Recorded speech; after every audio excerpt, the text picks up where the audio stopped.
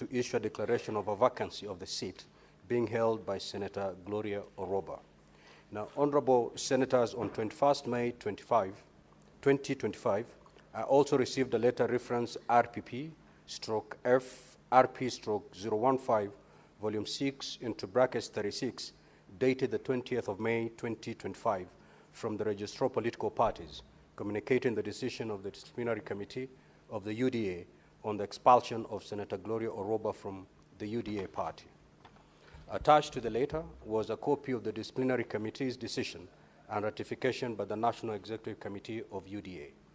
Accordingly, via a special issue of the Kenya Gazette number 97, dated 21st of May 2025, containing Gazette Notice number 6461, I have communicated the occurrence of a vacancy in a member of the Senate elected through a party list. The Gazette Notice notifies the general public that pursuant to Article 103(1)(EI of the Constitution and Section 37 of the Elections Act, the seat for the member of the Senate elected under Article 98(1)(b) of the Constitution and held by Senator Gloria Oroba has become vacant, with effect from today, Wednesday, 21st of May 2025.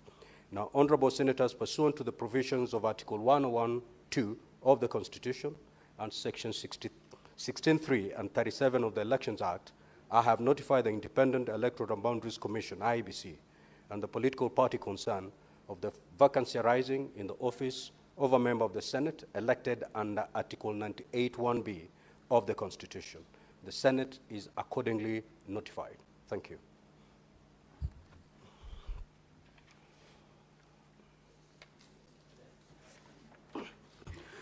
Take your seats, honorable members. I have further communications to make.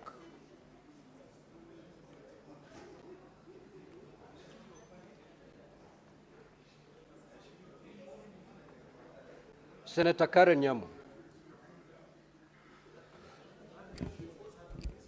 Honorable Senators, Senator Seki, you're out of order. Honorable Senators, as you will recall, the motion on the consideration of the report of the Standing Committee on Finance and Budget on the fourth basis for allocating the share of national revenue among counties was scheduled for consideration on the 8th of May 2025. However, before the motion was moved, several senators rose on points of order, highlighting the need for more time to interrogate the contents of the report and gain a better understanding of the recommendation by the committee. Consequently, following consultation with the chairperson of the Standing Committee on Finance and Budget, it was agreed that the motion be deferred and rescheduled for debate on Thursday, 22nd of May 2025, to provide senators with sufficient time to familiarize themselves with the contents of the report. Honorable Senators, in this regard, the Standing Committee on Finance and Budget has organized a breakfast meeting for honorable senators. The purpose of this meeting is to appraise senators on the contents of the report, facilitate consultation and consensus building on the way forward regarding the matter. The breakfast meeting is scheduled to be held in the Senate Chamber, Main Parliament's buildings on Thursday, 22nd May 2025 at 9 a.m. That is tomorrow. I thank you. Again, honorable senators, as you may be aware, the National Prayer Breakfast is an annual event in the calendar of Parliament. It is an international prayer meeting sponsored by members from both houses of Parliament. The event is coordinated by an organizing committee which has been working closely with the Kenya National Prayer Breakfast Coordination Team. The organizing committee is co-chaired by Senator Daniel Manzo, MP, and Honorable Samuel Chepkonga, MP of the National Assembly. The National Prayer Breakfast has been instrumental in fostering national healing, reconciliation, and understanding on the challenges that face our country. The event will undoubtedly continue to be a uniting forum for our national ethos. Honorable Senators, this year's National Prayer Breakfast is scheduled to be held on Wednesday, the 28th of May, 2025, at the Safari Park Hotel in Nairobi from 7 a.m. The theme for the event is Rise and Rebuild.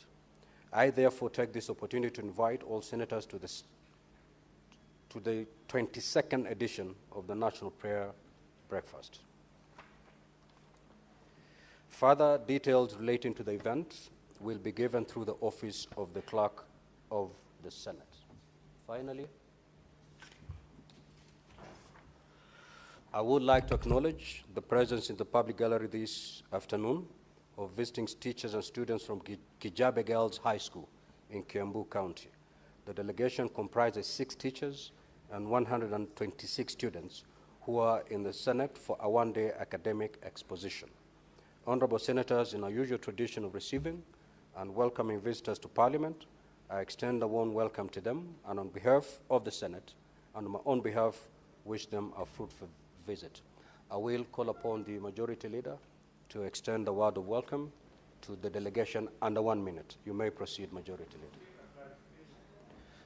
Let the delegation be, are you seeing clarification on Kijabe School? Yeah, let the delegation be properly acknowledged and celebrated by the Majority Leader. You may proceed, Majority Leader. Mr. Speaker, as punishment for interrupting a very solemn moment when students visit our institution, I'll be requesting that we move the House that Senator Boni Alwale be compelled to meet with the students and buy lunch for them, Mr. Speaker.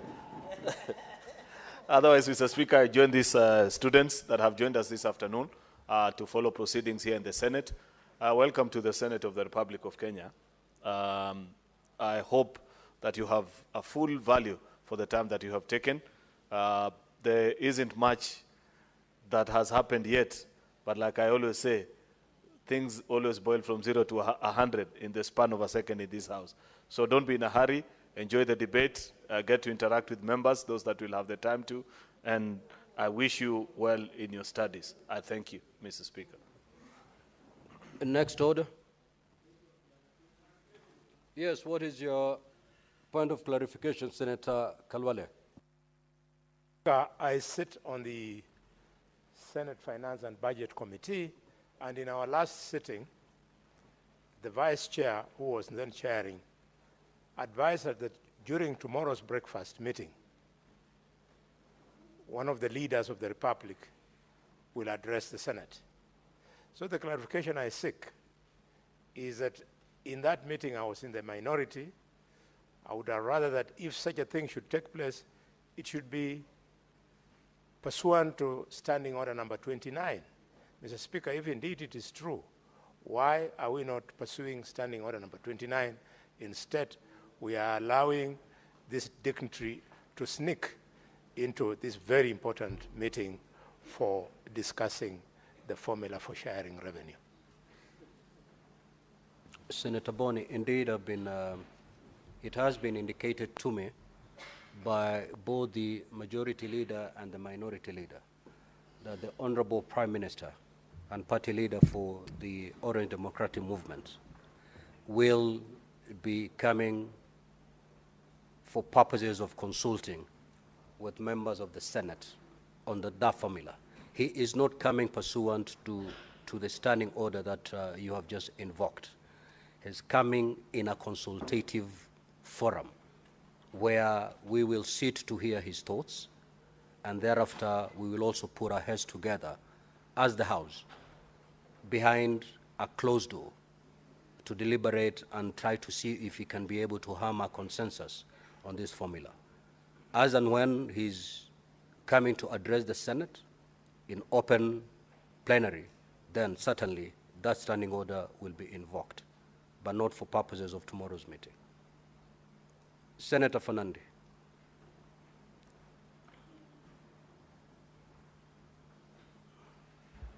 Maybe, Speaker, I needed your guidance because further interpretation of Standing Order number 29, while I appreciate we can caucus and parliamentary caucuses are allowed and consultations are allowed, the interpretation of Standing Order number 29 says there can be modification. So we really want to know the modification that your office and the clerk's office will apply, because this is a distinguished visiting dignitary. He is not the ordinary mortal, the holopolois of the street. This is one of the prime ministers of this republic, Mr. Speaker. He is one of the senior members of broad-based government, Mr. Speaker, and he has the eye and the ears of the president. So we really need on how we can prepare on how to receive him and how to engage. And it is important, Speaker, that even as we sit, what will be the agenda? Because many Kenyans will really want to know, knowing that the former Prime Minister, as they say, Papa Podpek, has always been on the agenda of having money devolved to counties and also removal of NGCDF. So it is important so that as we go to consultation, the modification of Standing Order number 29. I thank you, Mr. Speaker. You know, honorable senators, our standing orders can only be invoked when the Senate is officially sitting. The meeting that is going to take place tomorrow is not an official sitting of the Senate. It is a consultative forum. In fact, we had chosen some hotel somewhere in the outskirts of Nairobi to hold this meeting. But because of logistics challenges, we decided to have it within the precincts of Parliament. So it is not a sitting for purposes of our standing orders. Next order. Order number 3, messages. Order number 4, petitions.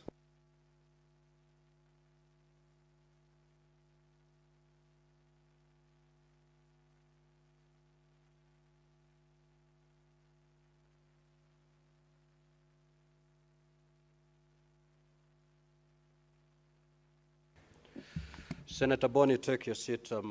Just about to report a petition.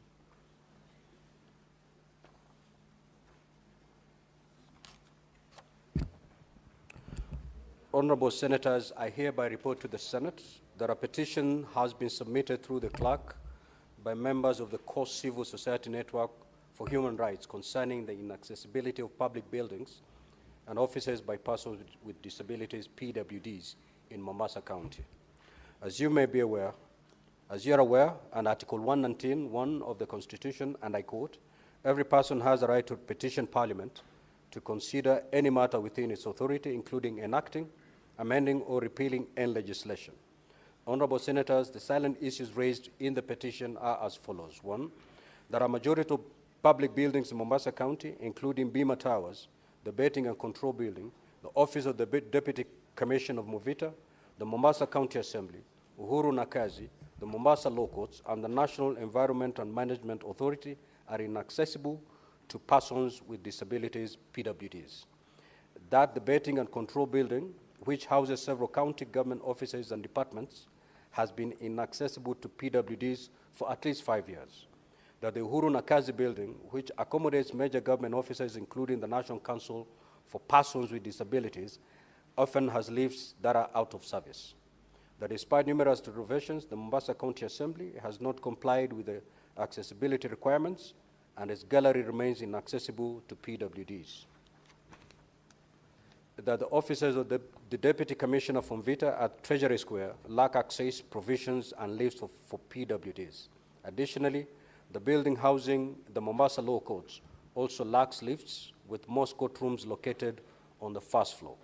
That the petitioners have made several attempts to resolve the concerns presented in the petition with the Department of Lands, Housing and Urban Planning, the National Councils for Persons with Disability, the Mombasa County Commissioner, the Governor of Mombasa County, the Speaker of the County Assembly of Mombasa, and the National Gender and Equality Commission, all of which have yielded unsuccessful results. Consequently, the petitioner prays that the Senate intervenes by doing the following. 1, instituting an inquiry into the status of accessibility of all buildings in Mombasa County to persons with disabilities in accordance with the Constitution and all other relevant regulations and standards. And 2, making recommendations to relevant government agencies to ensure that all buildings in Mombasa County are accessible to PWDs. Now, Honorable Senators, pursuant to Standing Order 2381, the petition is hereby committed to the Committee on Labor and Social Welfare for consideration. And in terms of Standing Order 2382, the committee is required, in not more than 60 calendar days from the time of reading the prayer, which is today, to table its report to the Senate for consideration. I thank you. Next order. Order number 5, papers. Order number 6, notices of motion. Senator Joe Newton. Senator Newton.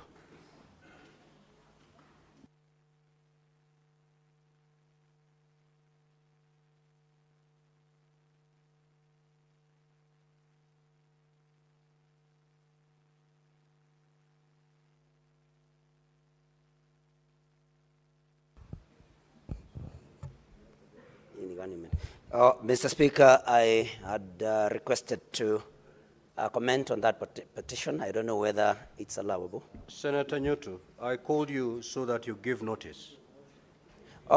Sorry. Thank you, Mr. Speaker. This is a notice on a motion on implementation of an automated and decentralized certificate of good conduct system in Kenya. I beg to give notice of the following motion, Mr. Speaker, that aware a certificate of good conduct is a major requirement for Kenyan citizens in accessing employment, business opportunities, and in some instances, financial engagements with the financial institutions in Kenya, with a certificate having a validity period of 1 year. Concerned that many Kenyans are compelled to travel long distances to access this service, both for the initial application and for any subsequent applications, making the process tedious, time-consuming, and costly. Further concerned that the current manual application system is prone to delays and inconsistencies which may compromise the authenticity and the integrity of a certificate of good conduct. Cognizant that the importance of introducing an automated good conduct certification system, including the utilization of biometric fingerprint verification through the deployment of biometric kits, will enhance accuracy, security, and expediency in verifying individuals' record. Now, therefore, the Senate resolves that the National Police Service Commission, in collaboration with the Ministry of Interior and National Administration, to 1, develop and implement an automated good conduct certification system designed to streamline the issuance, renewal, and verification of certificates of good conduct. 2, incorporate advanced technologies such as biometric fingerprint recognition, data encryption, and secure communication protocols to ensure the accuracy of individual records. 3, establish decentralized service points and deploys mobile registration units across counties to enhance accessibility, especially in remote areas. And 4, scale up awareness initiatives in rural areas on the application and renewal process for the certificate of good conduct. 2, establishment of a policy to regulate artificial intelligence, AI, and innovation in Kenya. That aware that the 4th industrial revolution is redefining economies globally through emerging technologies such as artificial intelligence, AI, blockchain, and financial technology, fintech. Further aware that Kenya has made commendable strides in digital infrastructure and mobile innovation, positioning itself as a potential leader in Africa's tech-driven future, noting that in a landmark decision, the African Union Executive Council endorsed the Continental AI Strategy during its 45th Ordinary Session in Accra, Ghana, on July 18th to 19th, 2024, to underscore Africa's commitment to an Africa-centric development-focused approach to AI, promoting ethical, responsible, and equitable practices. Cognizant that the Continental AI Strategy calls for unified national approaches among AU member states to navigate the complexities of AI-driven change, aiming to strengthen regional and global cooperation and position Africa as a leader in inclusive and responsible AI development. Appreciating that the Ministry of Information, Communications, and the Digital Economy recently formulated the complexities. Honorable Senator Newton. Yes. You were to give notice on the implementation of the automated and decentralized certificate of good conduct system. Sorry, I went all the way to number. You are reading the entire order paper.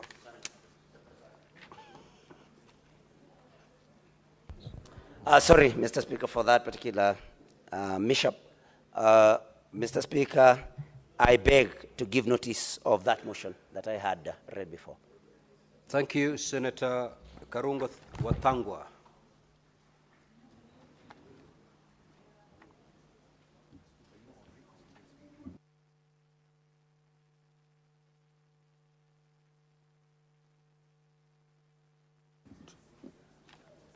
Senator Newtu, to neaten the record, you may have to give notice afresh. Yes. Okay, Mr. Speaker. Because we're going to disregard all that you've said. Okay. Sorry for that, Mr. Speaker.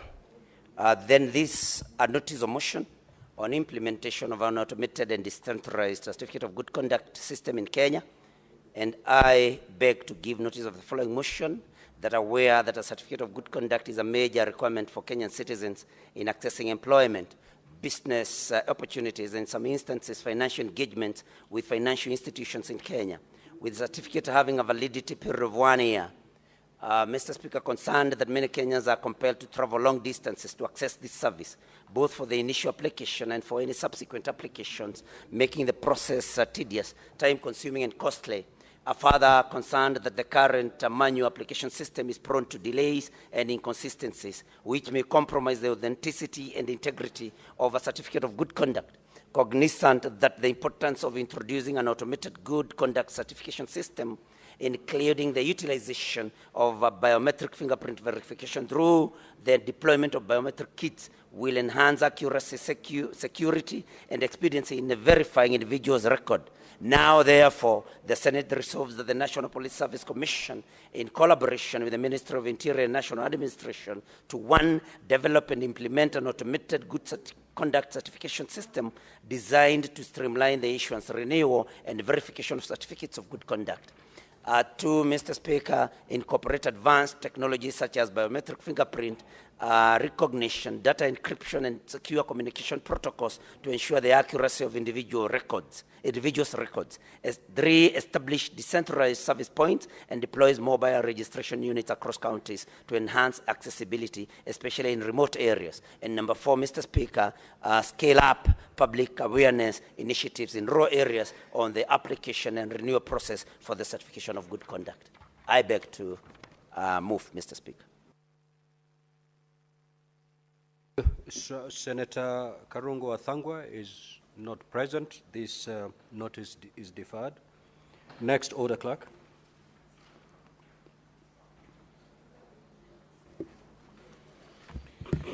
Order number 7, questions and statements.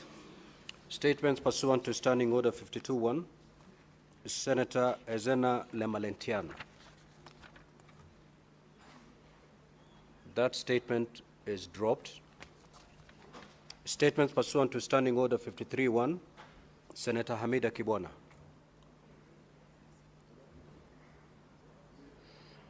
That statement is dropped. Senator for Nairobi County, Senator Edwin Sifuna.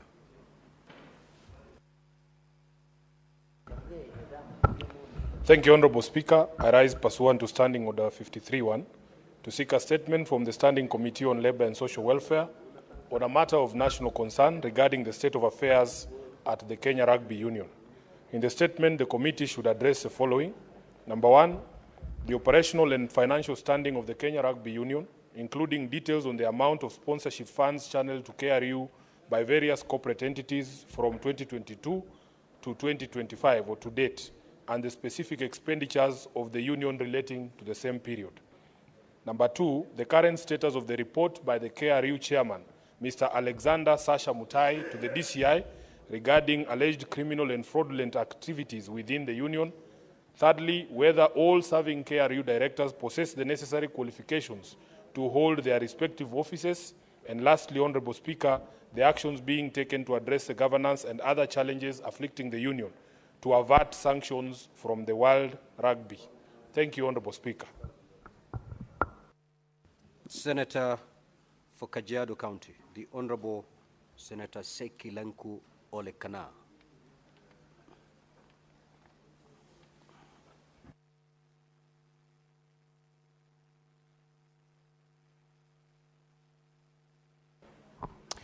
Thank you, Honorable Speaker. I request for a statement on the ongoing constructions of a hotel within Ngong Forest.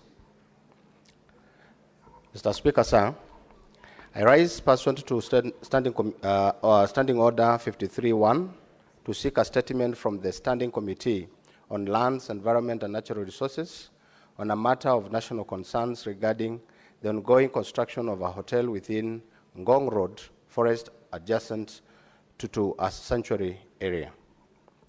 Mr. Speaker, sir, civil societies organizations, including the Green Belt Movement and the general public, have raised serious concerns over the constructions of a hotel within the protected forest reserves. This development seriously breaches environmental protection laws, planning regulations, and public trust. In the statement, the committee should address the following: the identity of the developer currently constructing the hotel within the Ngong Road Forest, the finding of the environmental impact assessments for the constructions of projects, and whether the public was informed and or involved in the assessment as completed by the Environmental Management and Coordination Act, whether the construction project was approved by relevant authorities, including the Kenya Forest Service, the relevant county governments, and the National Environmental Management Authority, and if so, obtain information on the legal basis of such approval, considering Ngong Forest status as a gazetted forest reserves. Thank you, Honorable Speaker. The Senator for Taita Taveta County, the Honorable Senator Maruma.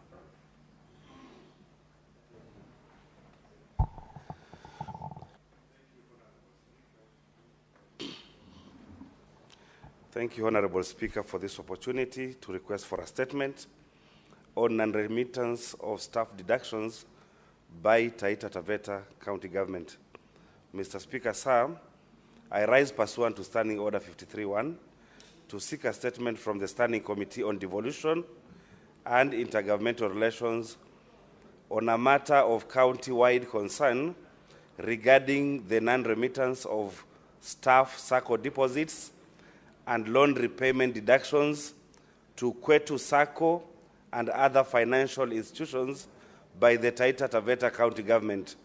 Mr. Speaker, sir, the Taita Taveta County Government has been deducting funds from employees' salaries for SACCO deposits and loan repayment to Kwetu SACCO and other financial institutions.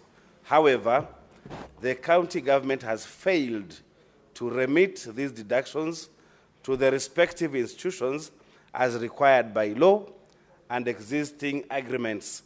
In the statement, the committee should address the following.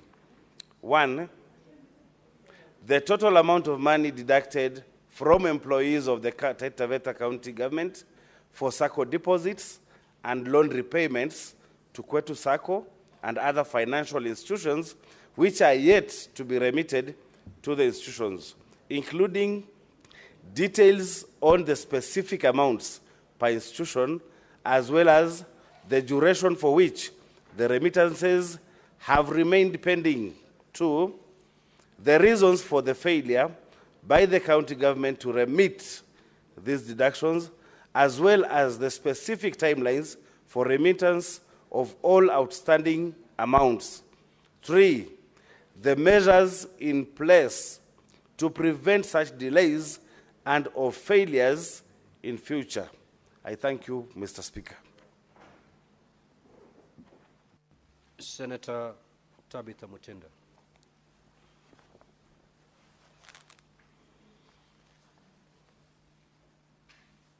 That statement is dropped.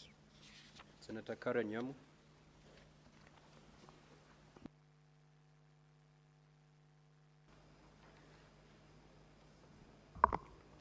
Thank you, Mr. Speaker. I rise pursuant to Standing Order 53-1 to seek a statement from the Standing Committee on National Security, Defense and Foreign Relations on a matter of county-wide concern regarding the ongoing harassment, abuse, and violent eviction of hawkers in the Nairobi Central Business District by the Nairobi City County Enforcement Officers. Mr. Speaker, recent events in the CBD have brought to light troubling incidents involving county enforcement officers against hawkers. These include physical assault, extortion, and sexual abuse, particularly targeting female hawkers.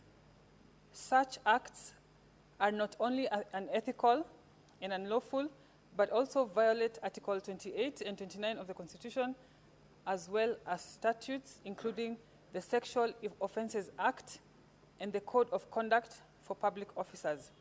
Mr. Speaker, the informal sector serves as a critical economic lifeline for many urban residents and should therefore be integrated into the urban economy.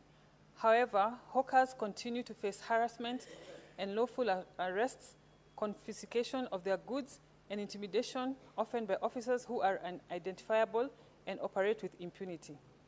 These actions have disproportionately affected vulnerable populations, including women, youth, and persons with disabilities, exacerbating their economic and personal insecurity. In the statement, the committee should address the following: the policy framework guiding the Nairobi City County Government enforcement officers' actions against hawkers.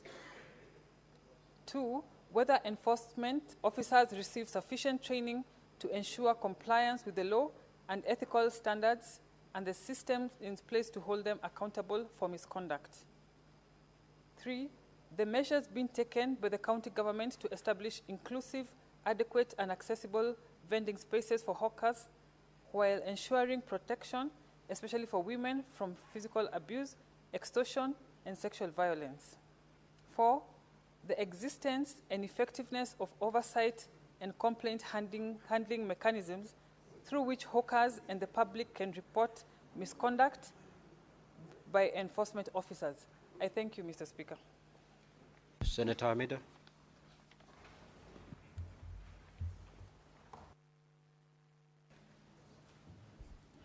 Thank you, Mr. Speaker. My statement is regarding status of housing facilities for forest rangers under the Kenya Forest Service. Mr. Speaker, sir, I rise pursuant to Standing Order 53-1 to seek a statement from the Standing Committee of Land, Environment and Natural Resources on a matter of national concern, namely the status of housing facilities for forest rangers under the Kenya Forest Service, KFS. Mr. Speaker, sir, forest rangers play a vital role in protecting forests, which are essential for biodiversity, water catchment, climate regulation, and the livelihoods of millions. Despite this, their welfare, especially housing, remains severely overlooked. Many rangers live in unsafe and unsanitary conditions without basic amenities, and some are even forced to stay in makeshift shelters or tents near forest outposts. Supporting forest conservation requires investing in decent, sustainable housing for rangers, as it is both a welfare issue and a matter of national and environment security. In the statement, the committee should address the following: the current state of the housing infrastructure for forest rangers at all Kenya Forest Service stations and outposts across the country. Number 2, measures that the Kenya Forest Service has taken to assess, maintain, or upgrade existing housing facilities for its personnel. Number 3, plans for the Ministry of Environment, Climate Change and Forestry to invest in sustainable, safe and decent housing for forest rangers, including through public-private partnerships, and indicate any projected timelines for implementing these improvements. Finally, budgetary allocations and policy frameworks in place to support the long-term welfare of forest rangers, particularly in relation to their living conditions. I thank you, Mr. Speaker. Thank you. Honorable Hezana, you may proceed to make your statement pursuant to Standing Order 52. And thereafter, we'll move to comments.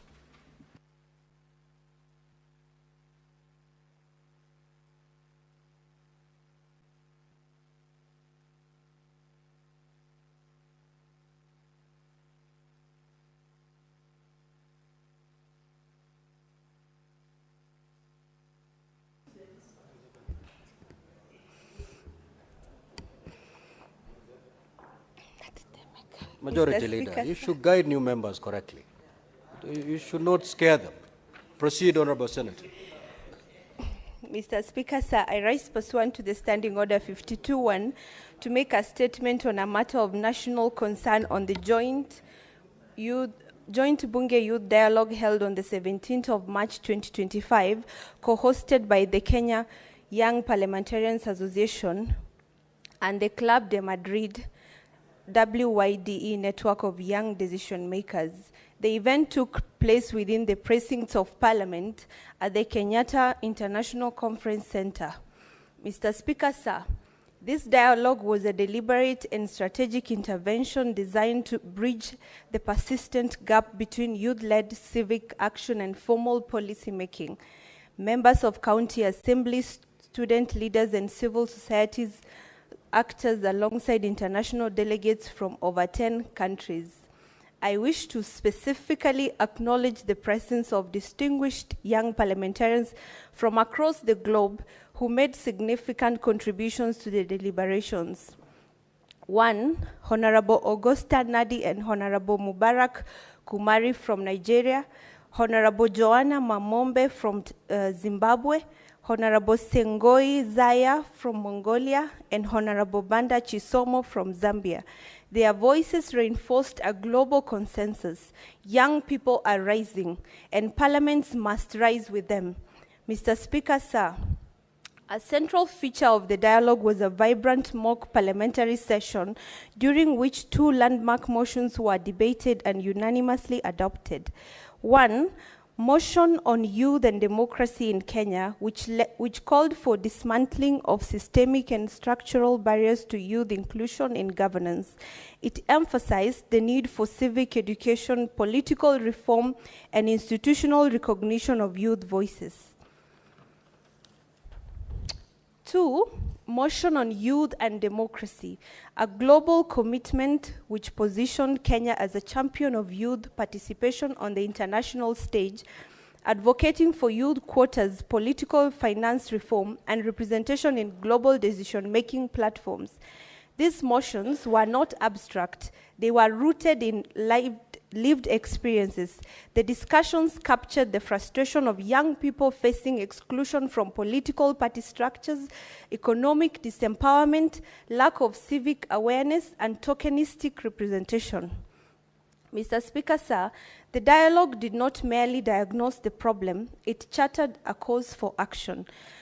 KYPA, in collaboration with Club de Madrid and relevant stakeholders, committed to a concrete, actionable framework, including 1, cascading mock parliaments to all 47 counties with institutional backing to entrench civic education and participatory governance.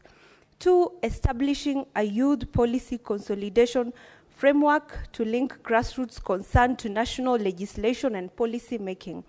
3, institutionalizing structured youth dialogues in partnership with county governments and assemblies. 4, creating safe civics platforms for marginalized and rural youth, particularly in arid, informal, and underserved regions. 5th, developing a digital engagement portal to enable real-time issue tracking and feedback between youth and parliament. Last but not least, tabling youth-led proposals in both houses of parliament with a commitment to follow through to implementation. Mr. Speaker, sir, with over 75% of Kenya's population under 35, Kenya's democracy cannot afford to sideline its youth. This dialogue affirmed that young people in Kenya are not asking for charity. They are demanding equity, representation, and access. They seek to move from protest to policy, from street mobilization to structured leadership. For this to happen, Parliament must act. Mr. Speaker, sir, I wish to acknowledge and thank the speakers and clerks of both houses of Parliament for continued support to the Kenya Young Parliamentarians Association and for facilitating the hosting of the dialogue at the KICC. This gesture affirms the critical role of Parliament in fostering youth leadership and democratic inclusion. Let me also emphasize, Mr. Speaker, that the partnerships between KYPA and Club de Madrid is not cosmetic. It is deliberate, reform-focused, and long-term. This is not a one-off event. We are committed to implementing the resolutions of this dialogue and cascading them to all counties, not through talk shops, but through legislative mentorship, civic dialogues, and grassroots policy action. In conclusion, Mr. Speaker, I urge this House to extend full legislative and institutional support to the outcomes of the Bunge Youth Dialogue. Let these ideas not gather dust in reports and communiques. Let them be translated into motions, bills, budget lines, and ultimately into the lives of young people across this nation. Let history remember that this parliament stood with its youth and that it acted when it mattered the most. Thank you, Mr. Speaker. Honorable Senators, we'll have comments for half an hour, and therefore, if you get an opportunity to speak, kindly keep it under 3 minutes. The Honorable Senator Moses Otieno Kajwang.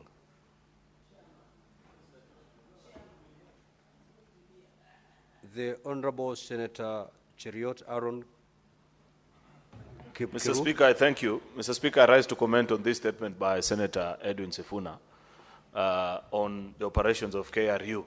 As a fan of rugby and sports in general, Mr. Speaker, it must be our interest to ensure that our federations function optimally. And any time there are accusations of either maladministrations in those institutions, any fan of sports must take in interest.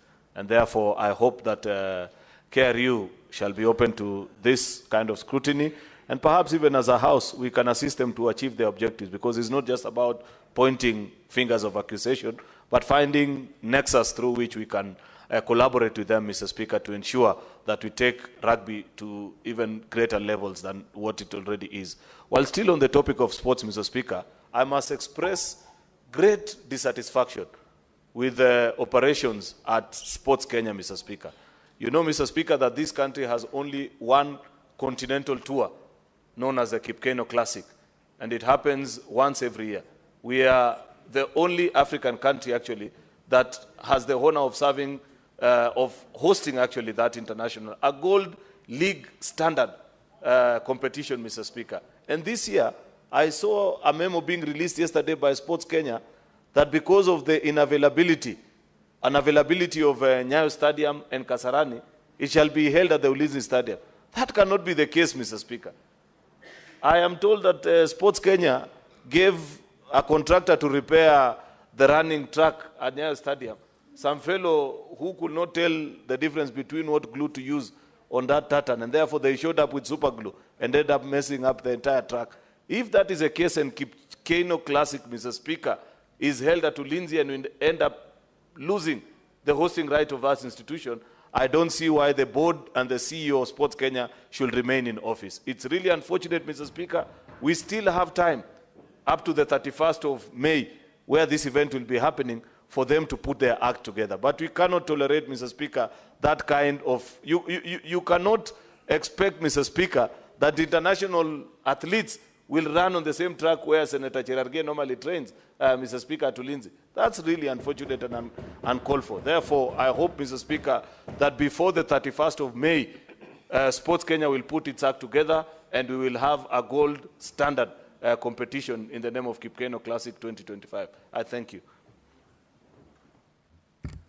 Senator Sifuna. Speaker, allow me to make a comment on the statement that was brought by the Senator for Kajiado, the Honorable Seki. Speaker, just a few weeks ago, I think it is not more than a month, the Cabinet Secretary responsible for the environment was here with us. And part of the problem we raised with the way that the Kenya Forest Service manages public relations is that they never tell the public when they are planning to do something or engage even the stakeholders in the community when they are developing plans for anything to do with our forests. You will wake up one day and Karura Forest is trending, they are cutting trees, they have not told anybody, and then they come and tell you they were harvesting mature trees. Now, Honorable Speaker, they have gone into Ngong Road Forest, and out of the blue, somebody is building a hotel in the middle of the forest without telling anybody. Honorable Speaker, it takes the locals there, the people, the neighbors, to raise the alarm and say there's something that is happening in the forest, for them to come out, and then I saw the chief conservator of forests coming there and saying, oh, the project is above board. Our constitution requires transparency. When you are dealing with public property, all it takes, Honorable Speaker, is for KFS to tell us, these are the plans for this particular forest, engage the stakeholders, engage the public, let us have NEMA on board, so that we are all clear that there is a project that is happening, and this is how it's going to benefit us, especially when it comes to conservation of the forest. But this issue of them waiting for social media outrage, then they come and tell us, oh, this thing is above board. Honorable Speaker, we need to call out the Kenya Forest Service. Lastly, Honorable Speaker, on the statement that has been brought by my sister, Senator Karen Nyamu, when the current governor, Sakaja, was running, he promised a city of dignity and order. I will leave it to the public to judge his performance so far, whether there is dignity and there is order in this city. Honorable Speaker, because my office is across from his at KICC, sometimes even leaving KICC is difficult. There's hawkers protesting at his office every day. The inhumane manner in which these kanjos continue to handle the people, Honorable Speaker, we have to call him out, because he's the one who made a specific promise.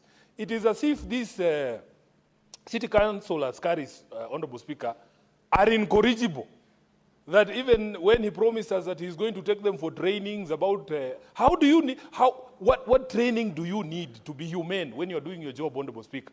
Just recently, the PWDs who also do their business on the streets in Nairobi were kicked out, and Honorable Speaker, you know these are people who need to be handled with care.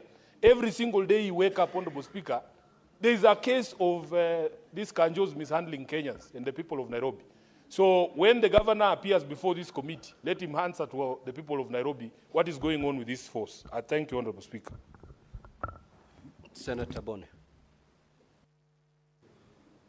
Mr. Speaker, in 1989, Parliament kept quiet when Professor Wangari Maathai single-handedly fought the then president of Kenya, over grabbing of Uhuru Park, because they wanted to put up a hotel of 60-story. I want to congratulate Senator Seki that now you have allowed Parliament to speak to this attempt to grab the Ngong Road forest. Mr. Speaker, the committee must clearly tell the country who is the developer. 2, does Ngong Road forest still exist, or these politicians have excised it and shared it among themselves? Mr. Speaker, I want to request members of the public to forgive some of the clean politicians. Not all politicians want to grab land, want to have land in the city. A green space in a city is a big thing.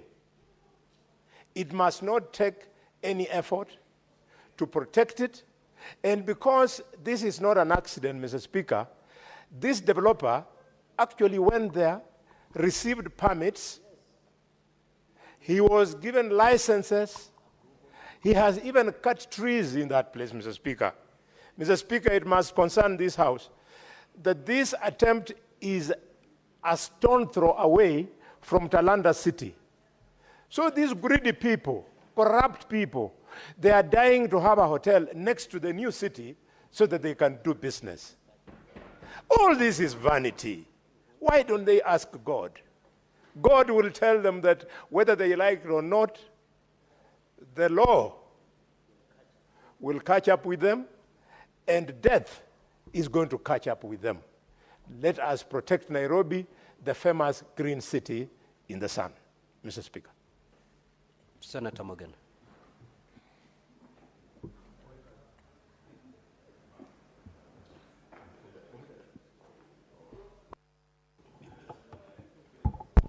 Yes,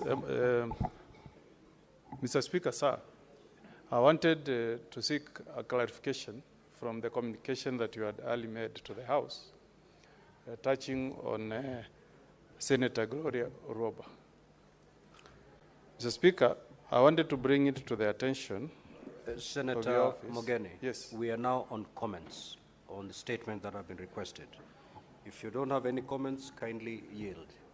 Sorry, Mr. Speaker, on 11th of May 2021, President was set. A similar communication was made to the House. Yes, but let us dispense with the comments My majority first. here. Let us dispense with the comments thank first. you. Because we have limited time to do this. I abide. Senator Osotsi.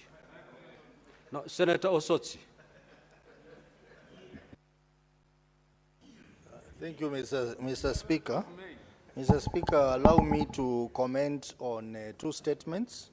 The first statement by Senator Sifuna on the affairs of the Kenya Rugby Union. Mr. Speaker, it's unfortunate that most of the sporting associations in Kenya are riddled with corruption and mismanagement. And I think it's important that the committee that will be looking at this matter to go to the depth of the issues at the Kenya Rugby Union so that those officials who are involved in any kind of malpractice should be subjected to the law. It is unfortunate that our associations which are supposed to be managing the sports for the welfare of our youth, they are instead turning those associations into money-minting ventures. And that is why this country, which has huge potential in sports, is lagging behind in sports because of the conduct of the very people who are supposed to be managing this association.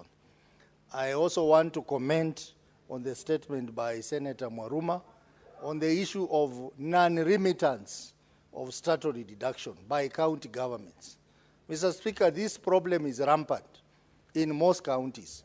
We continue to see queries around non-remittance of SACCO dues, non-remittance of NSSF, non-remittance of SHA and other important statutory deduction by a county government. But one question that we must be asking ourselves, what is the role of control of budget? Because the control of budget is the one who approves these requisitions. How does she approve requisition of salaries without checking on the status of statutory deduction? I think it's important that the control of budget must be summoned by this House to explain how he or she is able to approve salaries without the statutory deduction being included. Because that is where the problem is, Mr. Speaker.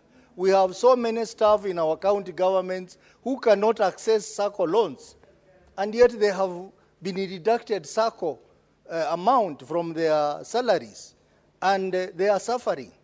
Mr. Speaker, this is a very serious problem, and how I wish the committee concerned should not just stop at Taita Taveta county government, but all the other county governments which are engaged in this very serious malpractice of not submitting remittance to the relevant institutions, including SACCOs. Mr. Speaker, I expect that the committee will invite all the other counties which have this problem. And even as we speak about this, Mr. Speaker, we did an inquiry the other day in my committee on the pensions, where counties owe pensioners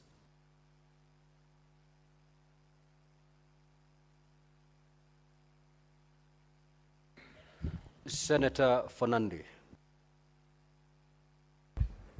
Thank you, Mr. Speaker. Sir, I rise to support the statement by Senator Edwin Watenya Sifuna on the affairs of Kenya Rugby Union. Mr. Speaker, sports associations have turned into conclaves and enclaves of perpetuating corruption, and they feel that they cannot be held accountable.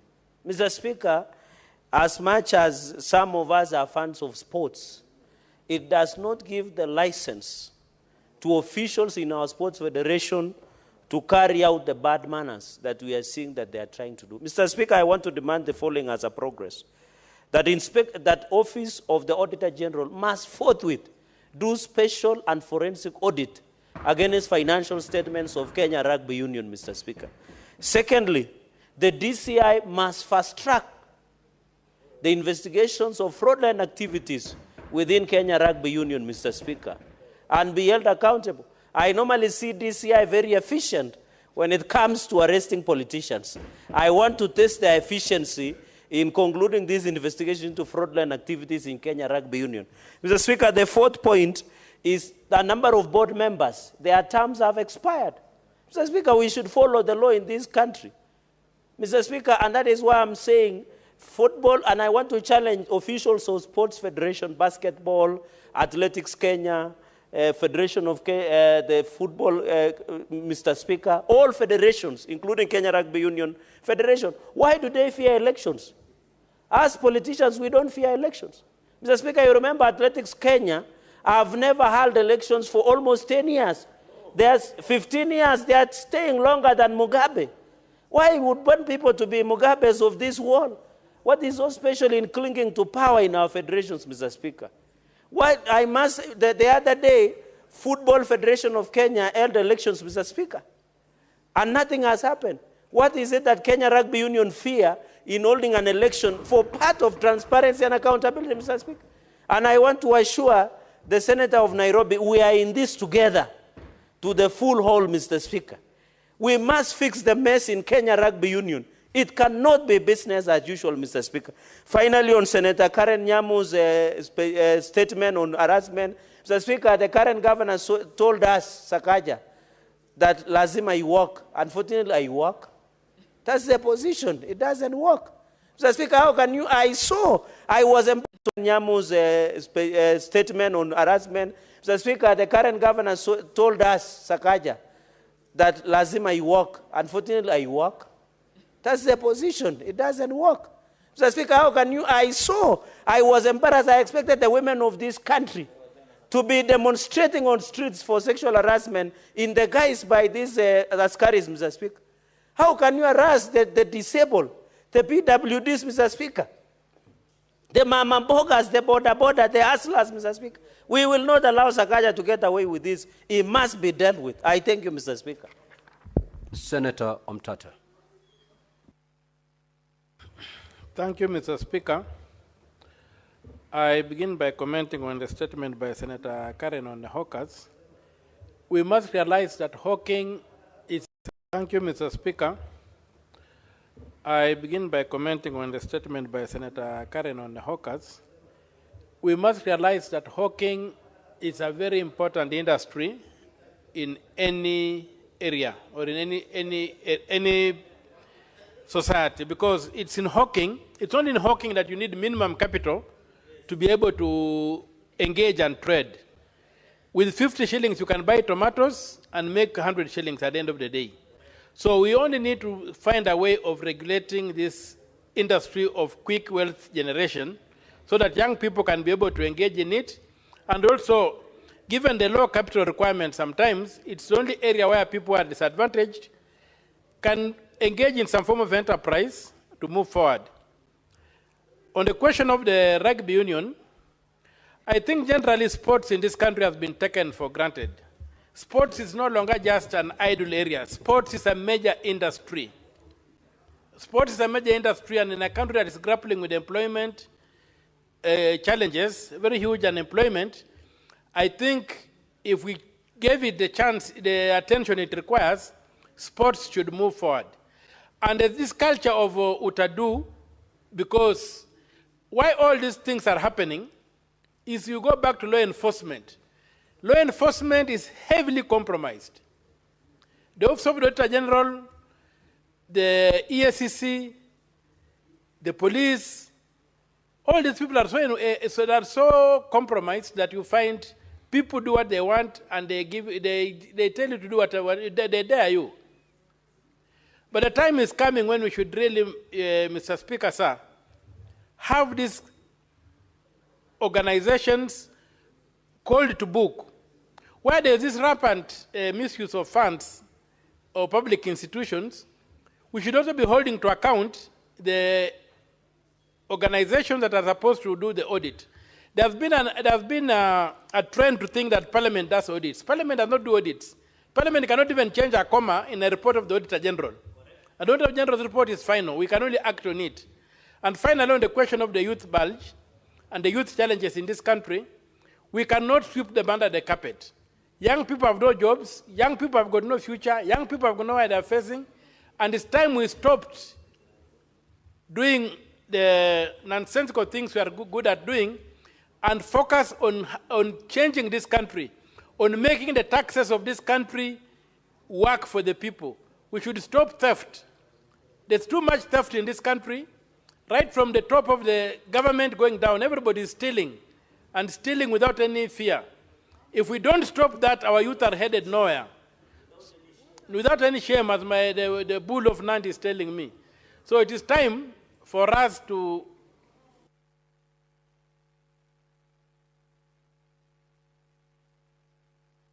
Senator Kinyua.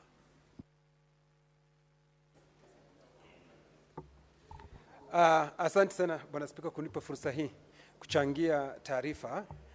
Na ni vizuri ijulikane Bwana Spika ya kwamba watu ambao wanafanya biashara za rejareja wana haki Bwana Spika, kwa sababu wao wenyewe wanachangia zaidi katika maendeleo ya nchi Bwana Spika. Na ikumbuke sisi tulisema ya kwamba tulikuwa tukifanya siasa ya kwamba wale walalahoi wanapaswa wawe wakiangaliwa Bwana Spika. Haitakubalika Bwana Spika, na ni jambo la kuvunja moyo sana ikiwa wale ambao wanafanya biashara za rejareja hawapewi fursa Bwana Spika, wanahangaishwa, kusumbuliwa Bwana Spika. Hawezi wakasimama mahali popote katika jiji hili ama sehemu zozote za nchi ya Kenya Bwana Spika. Kwa hivyo sisi sote Bwana Spika tuna haki ya kufanya biashara mahali popote Bwana Spika. Kwa hivyo nataka kusema ya kwamba jambo hilo kamati ambayo itakayoshughulikia ijue ya kwamba watu wote wapewe haki za kufanya biashara. Iwe biashara kubwa, iwe biashara rejareja, iwe biashara yoyote Bwana Spika. Ikiwa mtu amefuata taratibu za kisheria Bwana Spika, anapaswa apewe fursa kama mtu mwingine yoyote afanye kazi yake. Na tunamwambia Governor wa Nairobi Bwana Spika, tumwambie vizuri, tuelewe, kwa sababu ni hivi juzi tulikuwa naye hapa katika Seneti. Alikuwa akitetea hawa wafanyi biashara wa rejareja. Sijui ni nini kimefanyika, amepinduka Bwana Spika, anawafukuza ni kama swara hapa mjini, hakuna mahali wanaweza wakaketi. Hawezi wakatengenezea hata choo Bwana Spika, na wale ndio wanaolipa kodi Bwana Spika. Kwa hivyo ni vizuri hata wao waangaliwe Bwana Spika. Asanti na nashukuru. Senator Wambua.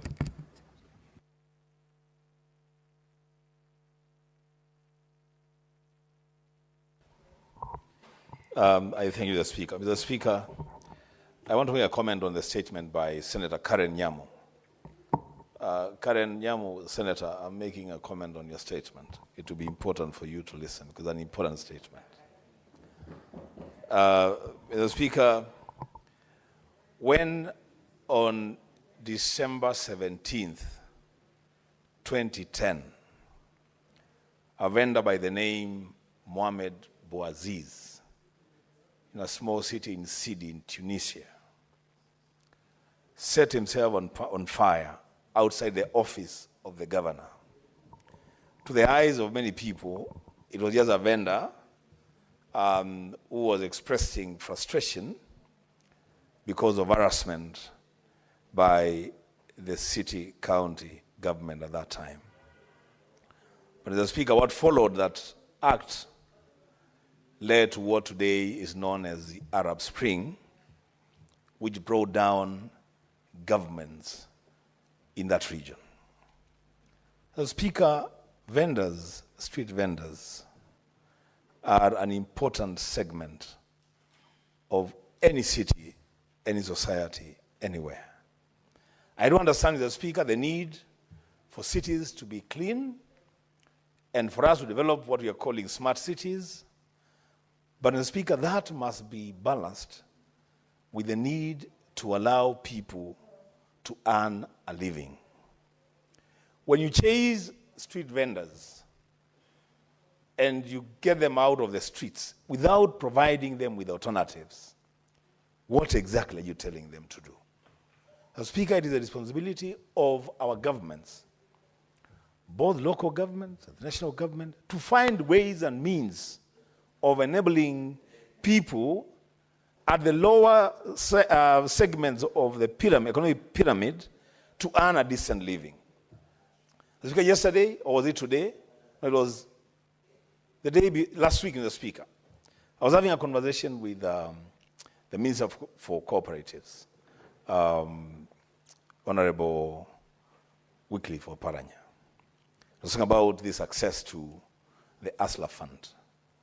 And I'm wondering, Mr. Speaker, on the one hand, the national government is enabling access to funds for young people to start small little businesses. On the other hand, Mr. Speaker, the city county government of Nairobi is chasing those very young people from doing their businesses on the streets of Nairobi. What would have been better, Mr. Speaker, is for the the county government of Nairobi to provide premises, places where vendors can do decent business. But charging young people with batons and women and beating them up, Mr. Speaker, to get them out of the street, Mr. Speaker, I think we are way, way past that era. And I want to call upon our friend, Senator Governor Sakaja, to rethink that strategy of getting vendors out of the streets. There are better ways of doing it, Mr. Speaker, than beating up people and chasing them from the streets. I thank you, Mr. Speaker. Senator Nyotu.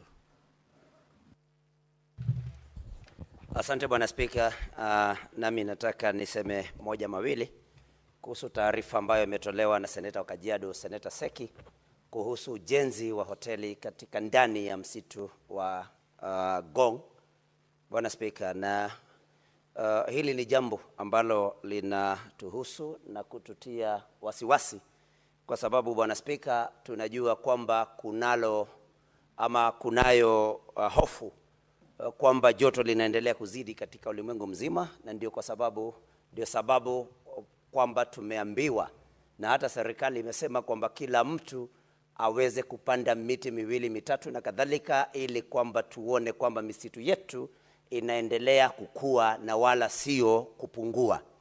Bwana Spika, kama walivyotangulia kusema wenzangu, wale ambao wametwikwa jukumu la kulinda misitu wamekuwa wakilala katika kazi zao, na mahali ambapo ama wakati ambapo wananchi ama mashirika tofauti wanapo leta mambo haya katika mwanga, hapo ndipo wale sasa walio na jukumu hili la kulinda misitu wanapokuja na kutupatia vijisababu ni kwamba ni kwa nini kumetokea mambo kama yale. Na kama alivyosema mwenzangu mmoja kwamba juzi pale katika Karura, wakati walikuwa nakata misitu, wakasema kwamba walikuwa wanaondoa ile miti ya zamani ili kuweka miti ya kisasa, lakini walikuwa wanakata miti yote.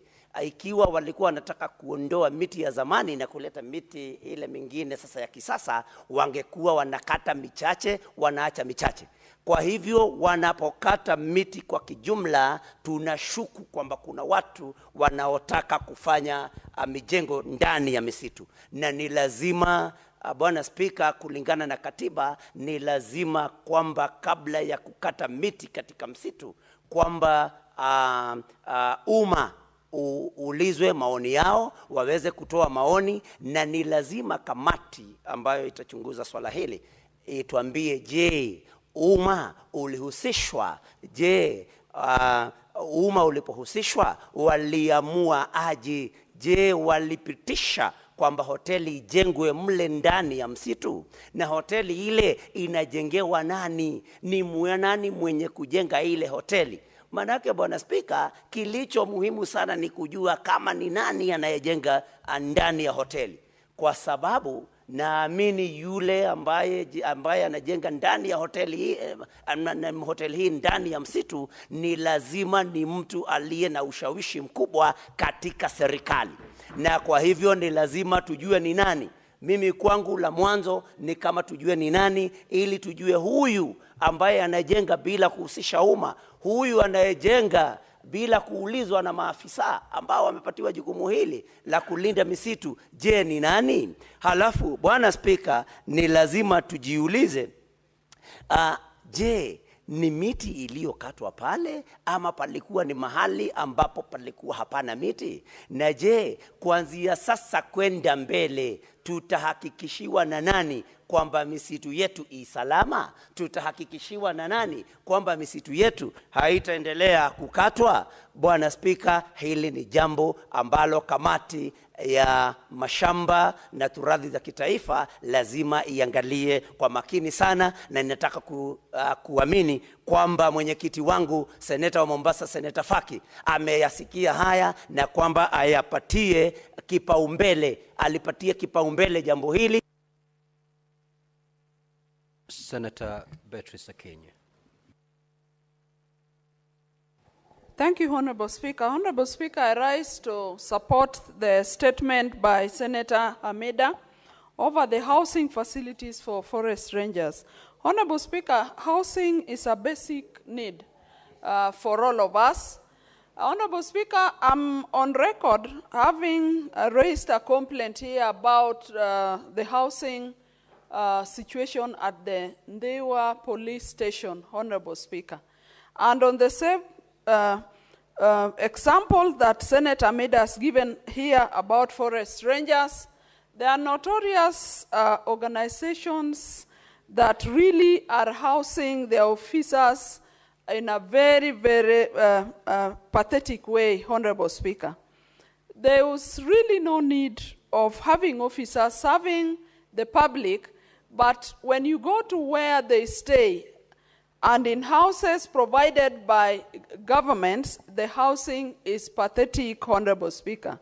This even reflects on the services that they give out there to Kenyans. Honorable Speaker, the housing state of the police officers at Ndewa police station, a station that is old, a station that houses over 100 police officers. If you go to that station, Honorable Speaker, you can only sympathize with the officers. They live in shanties. Some of them you can see through.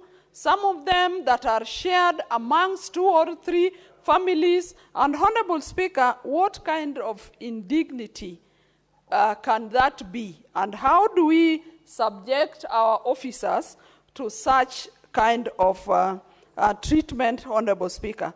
And so this must be looked into, not only limited to the forest rangers, but to the National Police Service, and even to the prison warders across the county, Honorable Speaker.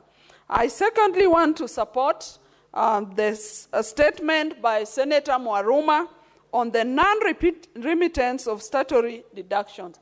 Honorable Speaker, it is unfair that mostly county governments are not remitting some of these statutory deductions.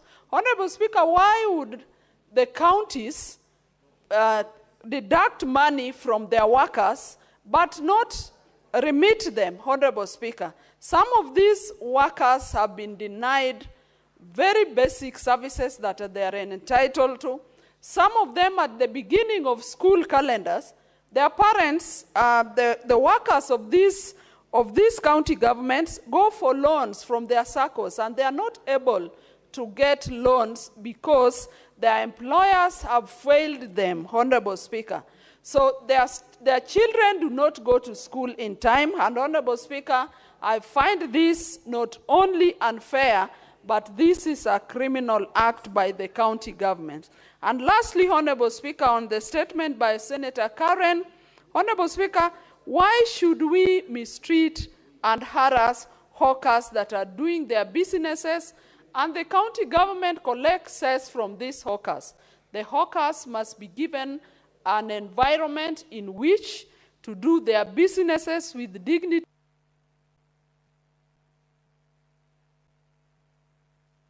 Senator Joyce.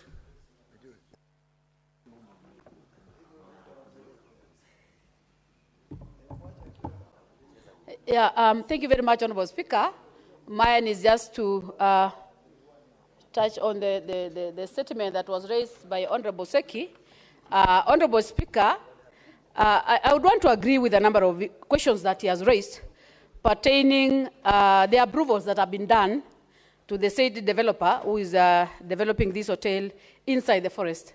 Honorable Speaker, I know this is one of the government agenda of greening this country.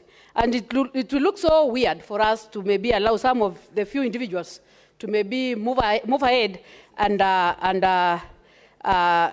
get the trees in the pretense of putting up an hotel. Yet we have a number of freelance that they can develop the same, Honorable Speaker. So I just want to say that, Honorable Speaker, the culprit should be brought to book. Let's know who is this person who is giving these approvals. These are some of the measures that they are putting us as a country, Honorable Speaker. Sometimes you find a number of evictions that are being done in the country. They are done because of some careless people who are in offices, who are just giving people approvals which are not without following the due process, Honorable Speaker. So I just want to say that it is true that we need to get the details of this and action must be taken. Thank you. Now, Honorable Senators, the 30 minutes allocated to this session has since terminated. We now move to the next order. Clerk, call the next order. Order number 8, the Division of Revenue Bill, National Assembly Bills number 10 of 2025. Second reading, resumption of debate. Now, at the interruption of debate on Wednesday, 21st May 2025, during the morning session, Senator Karungo Thangwa had the floor and had a balance of 12 minutes. I do not see him in the House.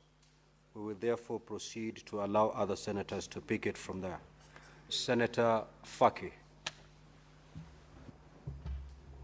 Asante Mheshimiwa Spika kwa kunipa fursa hii kuchangia mswada wa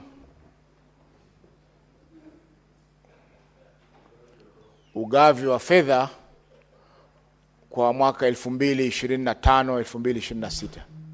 Mheshimiwa Spika, kwanza kabisa niseme kwamba mswada huu ni muhimu sana katika nchi yetu kwa sababu ndio kinara cha miswada yote ambayo inahusiana na masuala ya fedha katika nchi yetu. Baada ya hii nafikiri ndio kutakuja mswada wa kara, yani ule mswada ambao unagawanya zile fedha kati ya kaunti zetu, na vile vile zitakuja yale masuala ya mengine ambayo yanagawanya zile pesa kama vile appropriation account acts ambazo zinatoa pesa zile kutoka kwa hazina kuu kwenda kwa wizara na vile vile via kaunti zetu. Mheshimiwa Spika, mwaka jana kulikuwa kuna changamoto nyingi ambazo zilisababisha mswada huu ambao tuliupitisha mara ya kwanza ukienda kwa maelewano, baadaye ukarejea tena kwa vile mswada wa fedha wa serikali ulikuwa umeondolewa katika bunge.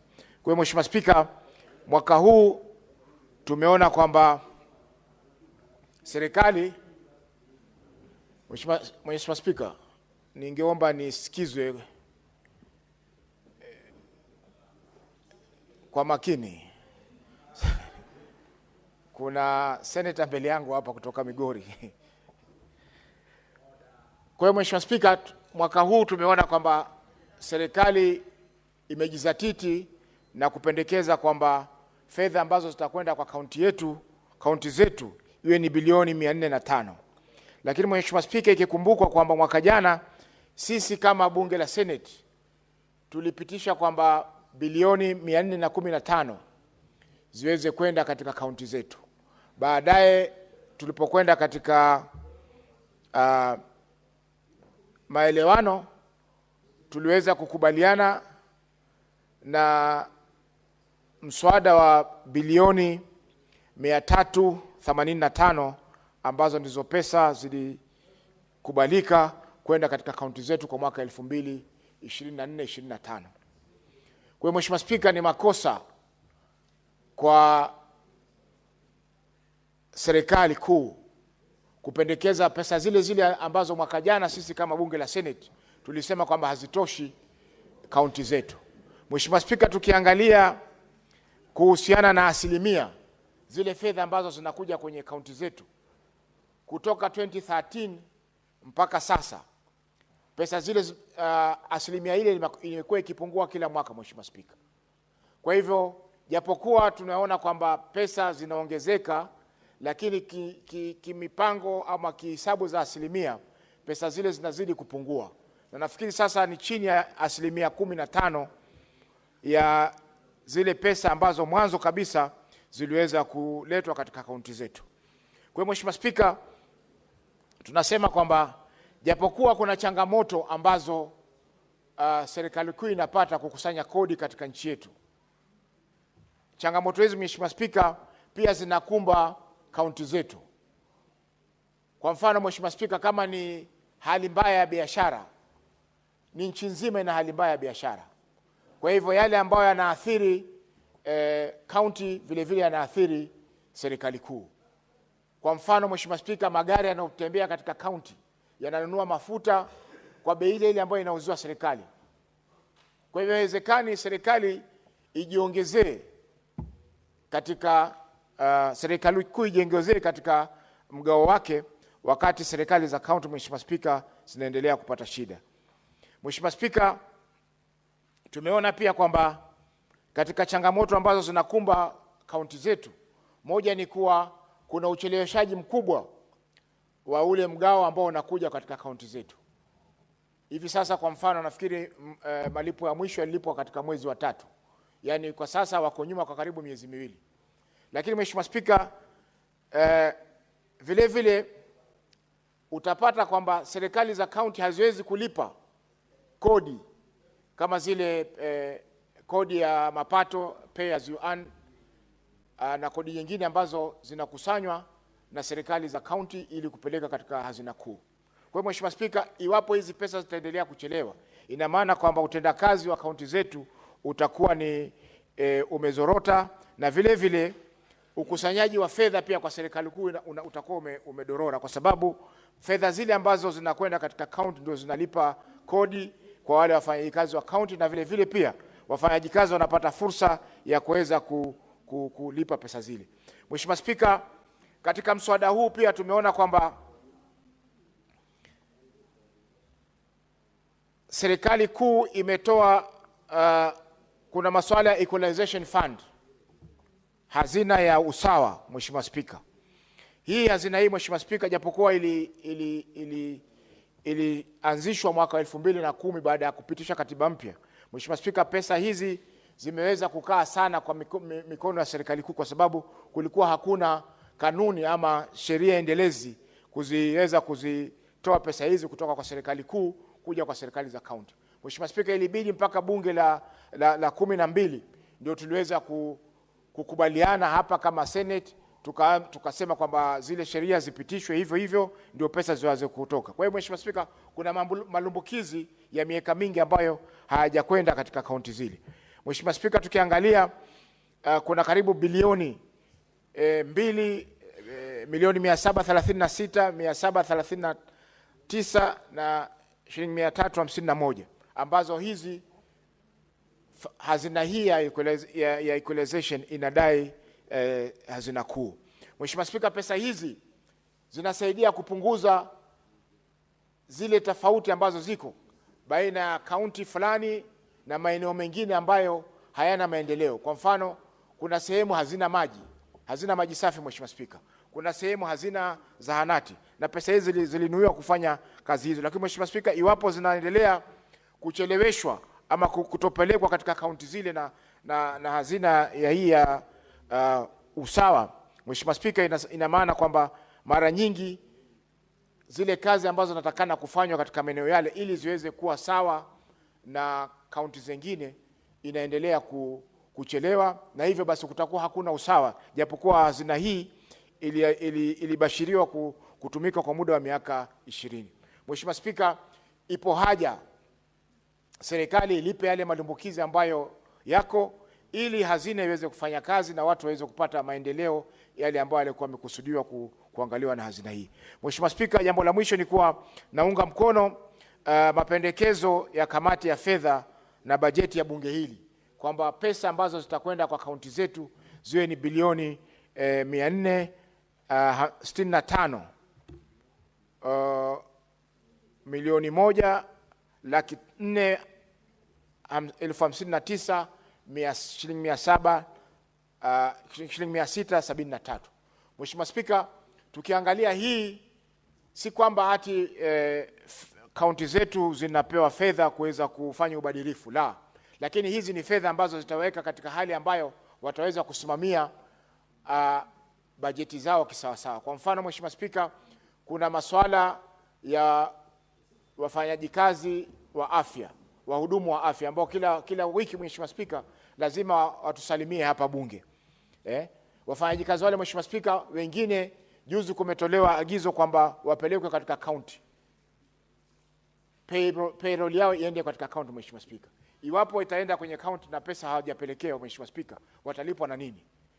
Mheshimiwa Spika, kuna huduma nyingine ambazo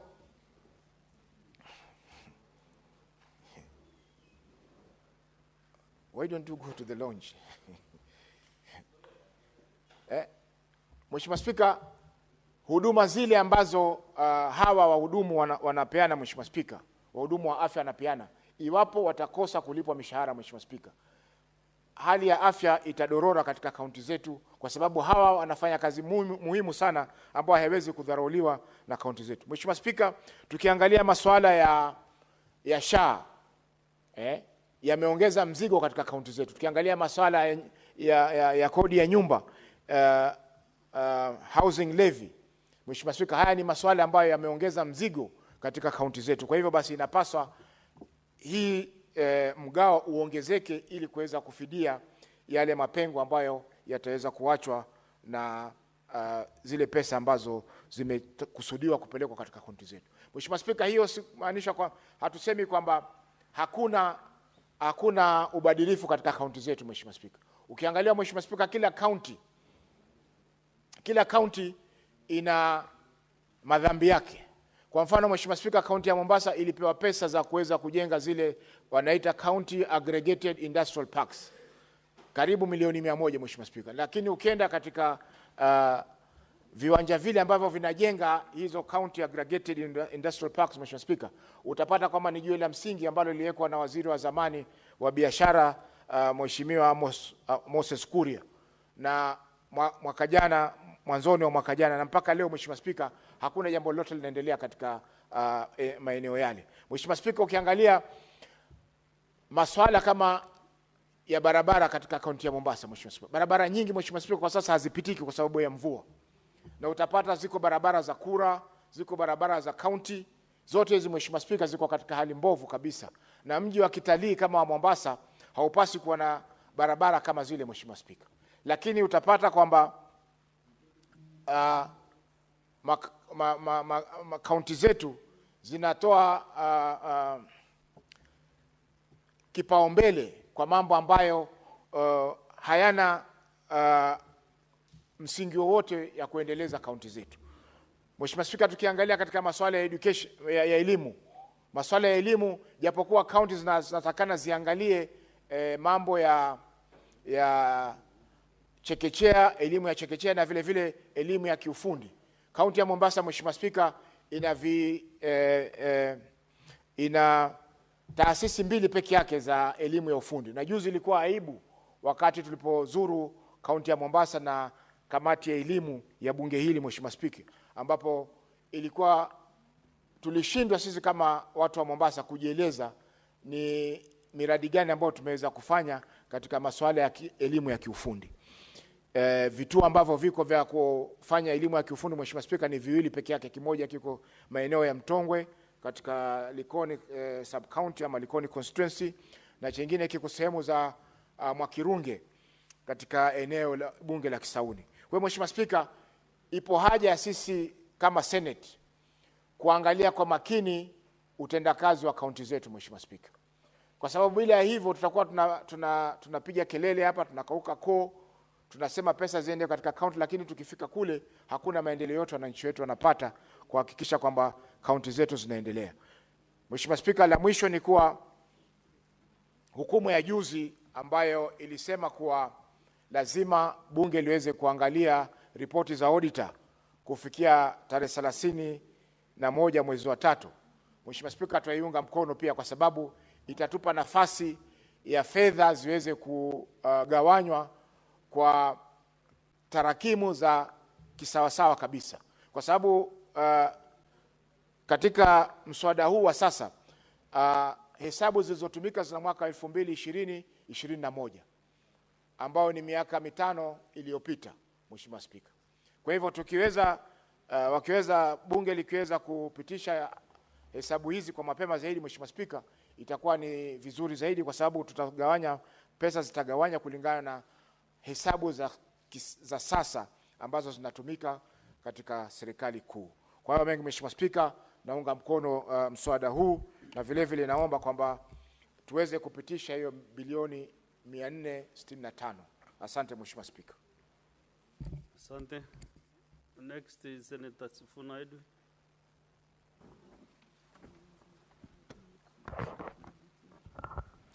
Thank you, Honorable Speaker. Over the weekend, we had occasion, together with some of the colleagues from the National Assembly, to attend a function together in Migori. The majority leader was there.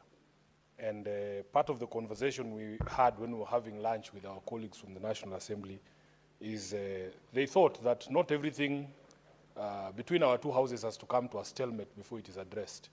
But, Honorable Speaker, it saddens me that for the 3rd straight year that I've been a senator of Nairobi, the National Assembly is again inviting us to a stalemate on this question of the division of revenue. I ask myself the question, why do we have to have a mediation every single year? I have never understood why our brothers in the National Assembly cannot just do what is right by devolution and what is right by the people. If indeed they know the recommendation that has been made by the Commission on Revenue Allocation, why can't they just give counties the 450 billion shillings that we have been asking for? But we will do what we have to do, Honorable Speaker, and fight for the rights of the devolution family in the best way that we can, because that is the duty that we saw to undertake. Honorable Speaker, I want to make it clear from the onset that I agree fully with the recommendations that have been made by our own committee on budget and finance. Speaker, I want to refer you very quickly to page 6 of that report. At page 6 of that report, Honorable Speaker, you will see that the committee has noted the projected revenue for the financial year 2025-2026 is estimated to be 2.8 trillion shillings. Out of this, the national government share is 2.4, Honorable Speaker, representing 85.3% of our entire revenue.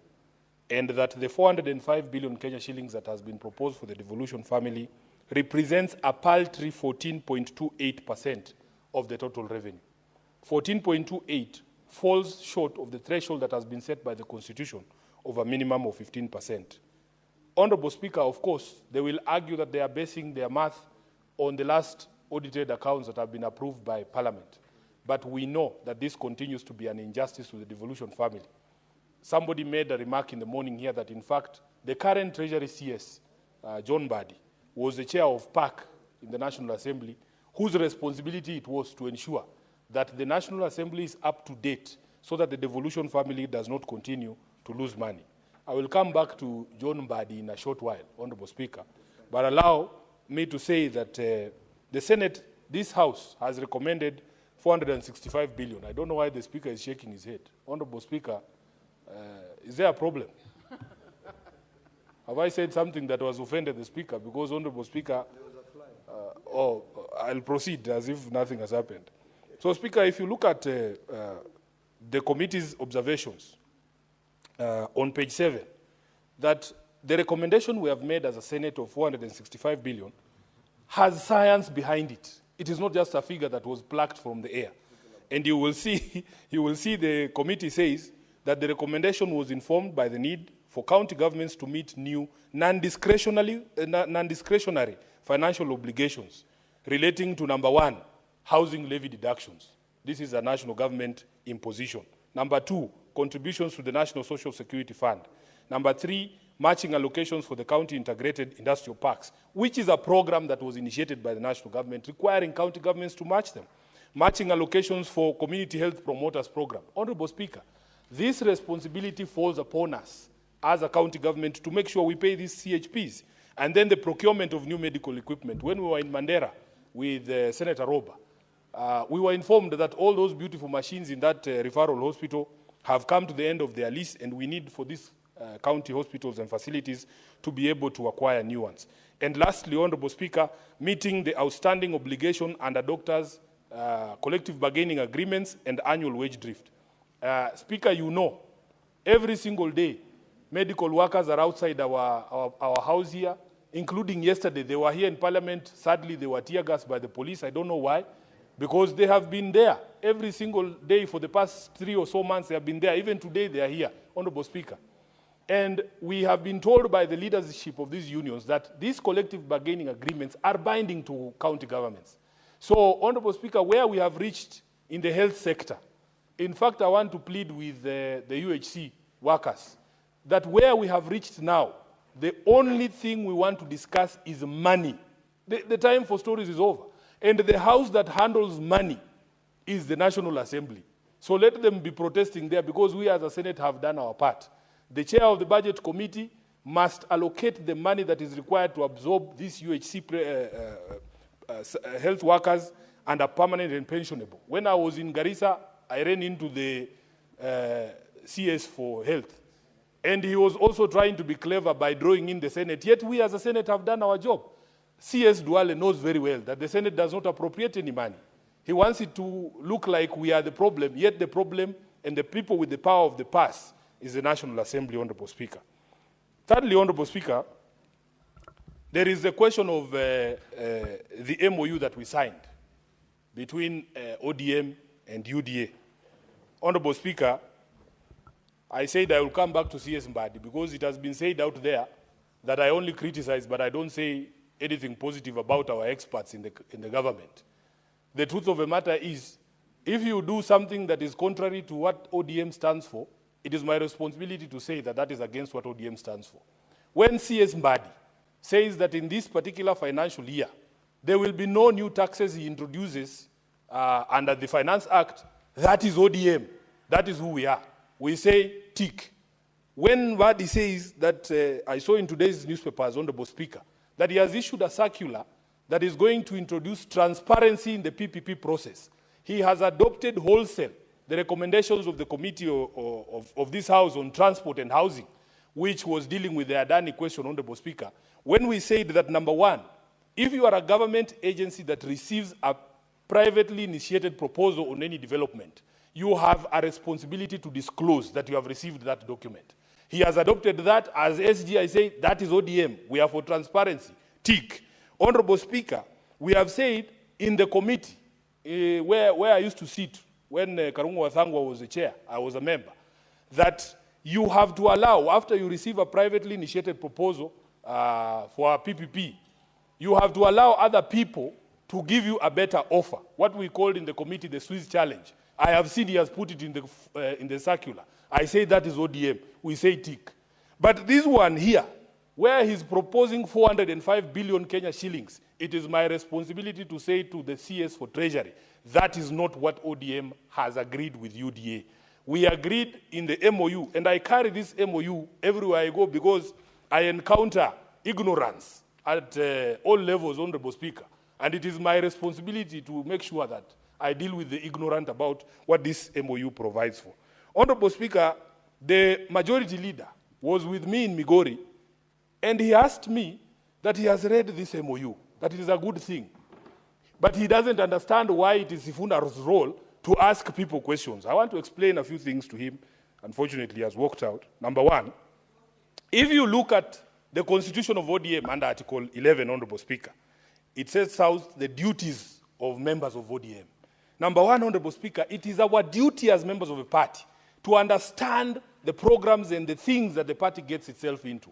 Once you have understood, it is a responsibility stated in the Constitution to explain what the party is doing. It is my responsibility to explain what we are doing with UDA. And finally, Honorable Speaker, under Article 11, we have a duty to combat propaganda that is detrimental to the interests of ODM. Combat is the word that is used by the Constitution. When you combat, you are not required to be nice. Although my party leader has asked me to reduce the number of peppers that I put in the soup. Honorable Speaker, combat means you take it head on. Propaganda that is detrimental to the interests of a party. Such propaganda as to what the provisions of this document are. Lastly, Honorable Speaker, Article 20 of the Constitution of ODM says that the Secretary General of ODM is the depository and custodian. Just a minute, let me make my point. Is the custodian of all documents, including all agreements that the party signs. Just a minute, Senator Sifuna. What is out of order?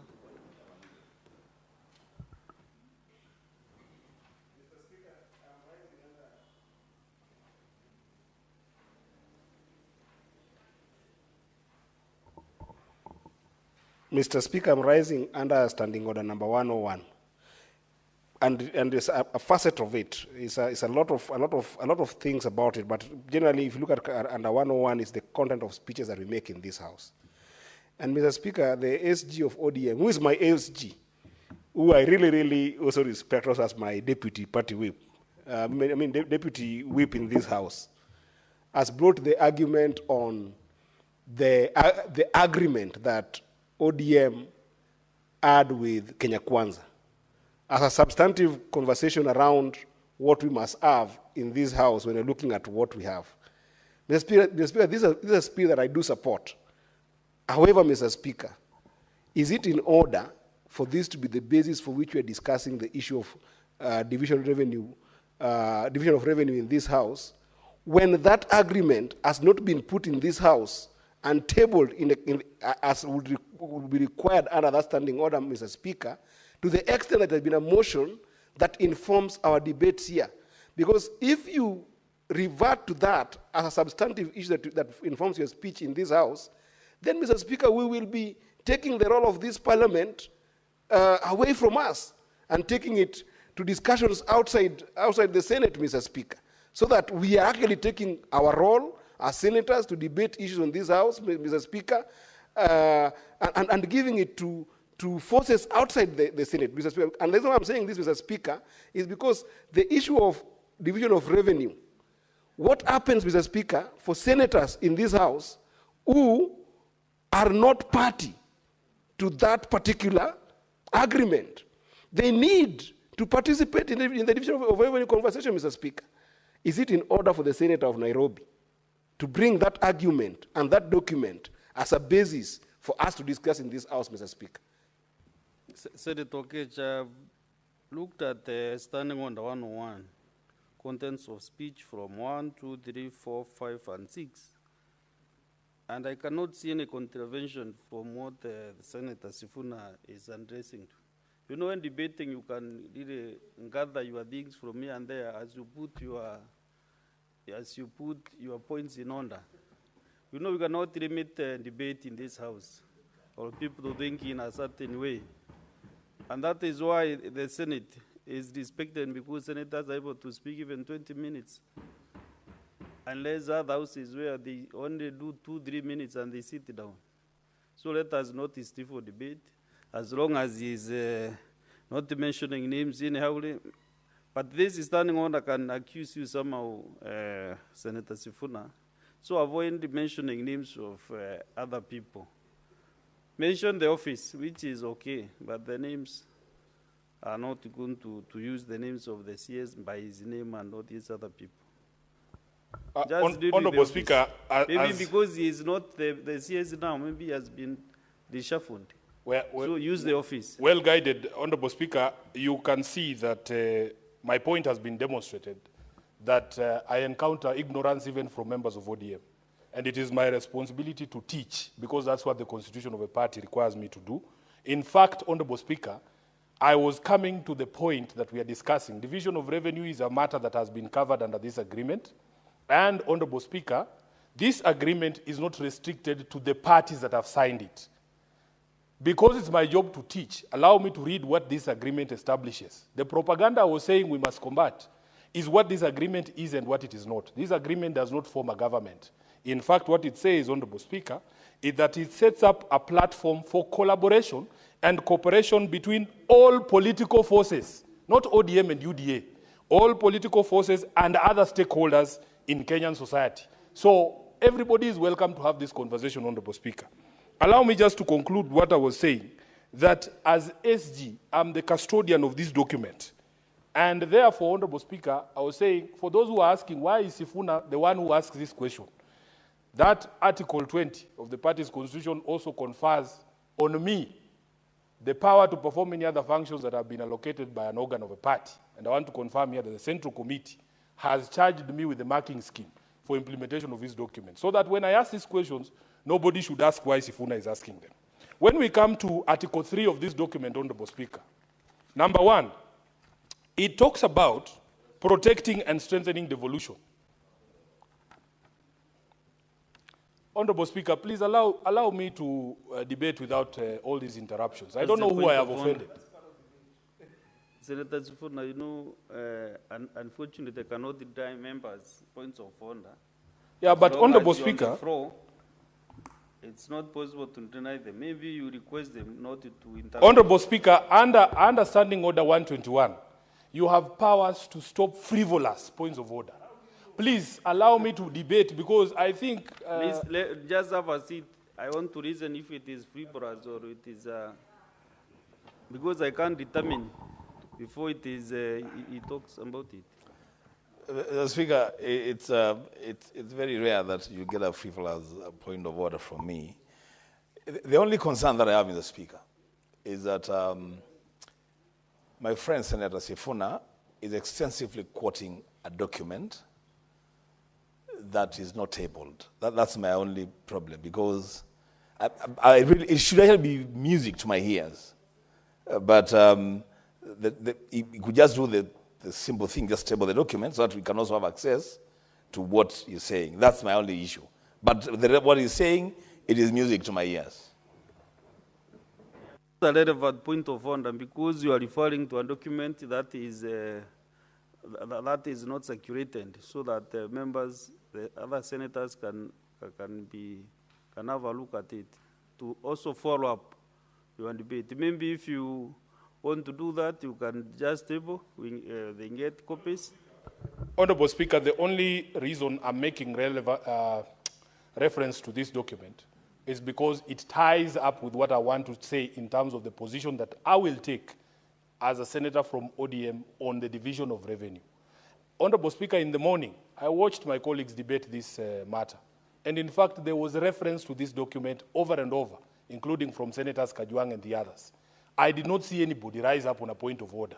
You know, Honorable Speaker, in this House, I feel sometimes that the rules don't apply fairly to me, that there is an attempt always to derail me when I'm here. People spoke continuously for 20 minutes without any interruption. But when Sifuna is on the floor, suddenly people want to issue points of order. Honorable Speaker, another thing is that when a document is public, this is a public document that was signed in open daylight. But people want Sifuna to be the one to bring copies to them. This is ridiculous, Honorable Speaker.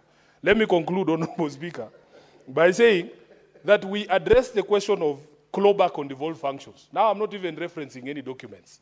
I am going to reference the positions that the party has taken on devolution.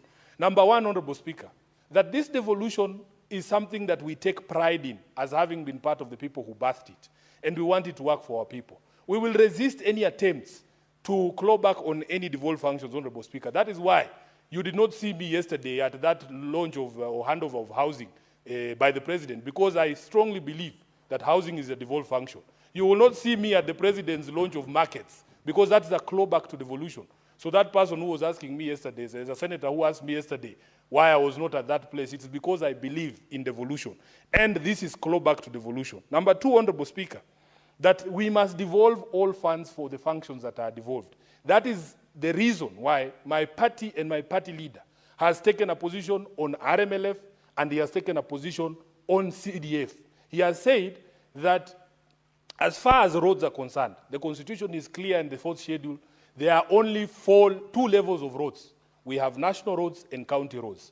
And that every single shilling that is supposed to go to counties for the maintenance or construction of roads has to be released to the county governments. Honorable Speaker, we agreed that members of the National Assembly have no business doing what the executive is supposed to be doing. And that is a conversation that is ongoing, but my party and my party leader has taken that position, and that is my position. We have spoken about increasing the budgetary allocation, Honorable Speaker, to 450 billion Kenya shillings. And that is where we are going to draw a line in the sand. We are hoping that our partners who are in government, who are running this government, will respect the agreements that we have put in place together. And then lastly, Honorable Speaker, there is addressed even in that MOU the question of timely disbursement. We pass here something called a disbursement schedule, Honorable Speaker. But the biggest problem is that the county, the National Treasury never respects that disbursement schedule. If you speak to the Council of Governors, they will tell you they were receiving money for February this month, if it has been disbursed already. It is impossible to plan and to run an enterprise when there is such uncertainty as to when you will receive that allocation. Honorable Speaker, I went to Kahawa West a few months ago. There's a market there. The most troubling thing for the traders was that although they pay market levies to the county government had allowed the construction of those modern kiosks at the entrance of the market, so that every customer who comes to the market has no business or interest going into the market. Everything can be found in the kiosks outside of the market. And Honorable Speaker, when I was there, it's almost close to a year ago, we were shown a market that is being built there, and the county government assured me that once that new market is there, they will accommodate everybody there. I want to go back there very soon, Honorable Speaker, because the reports I'm getting is that that market has stalled. If you look at our sporting facilities, we had that conversation when we were doing statements. City Stadium, Honorable Speaker, has been closed for over 2 years up to now. And when you ask governors why nothing is happening on the ground, the thing they always cite is late disbursement of money and a lack of resources. You go to James Kangede in Woodley, that is the same situation. Honorable Speaker, I went to Roysambu just a few weeks ago. We had a meeting there with resident associations in Roysambu under the leadership of the MCA, so Peter Mumbi. Honorable Speaker, would you believe it? There is not a single public ECD school in Roysambu ward. Number two, there are no playgrounds in Roysambu, Honorable Speaker, and the spaces that have been designated for playgrounds have been grabbed. If you go to Marurui Health Center and you look at the situation of that place, Honorable Speaker, it is despicable. First of all, construction has never been completed.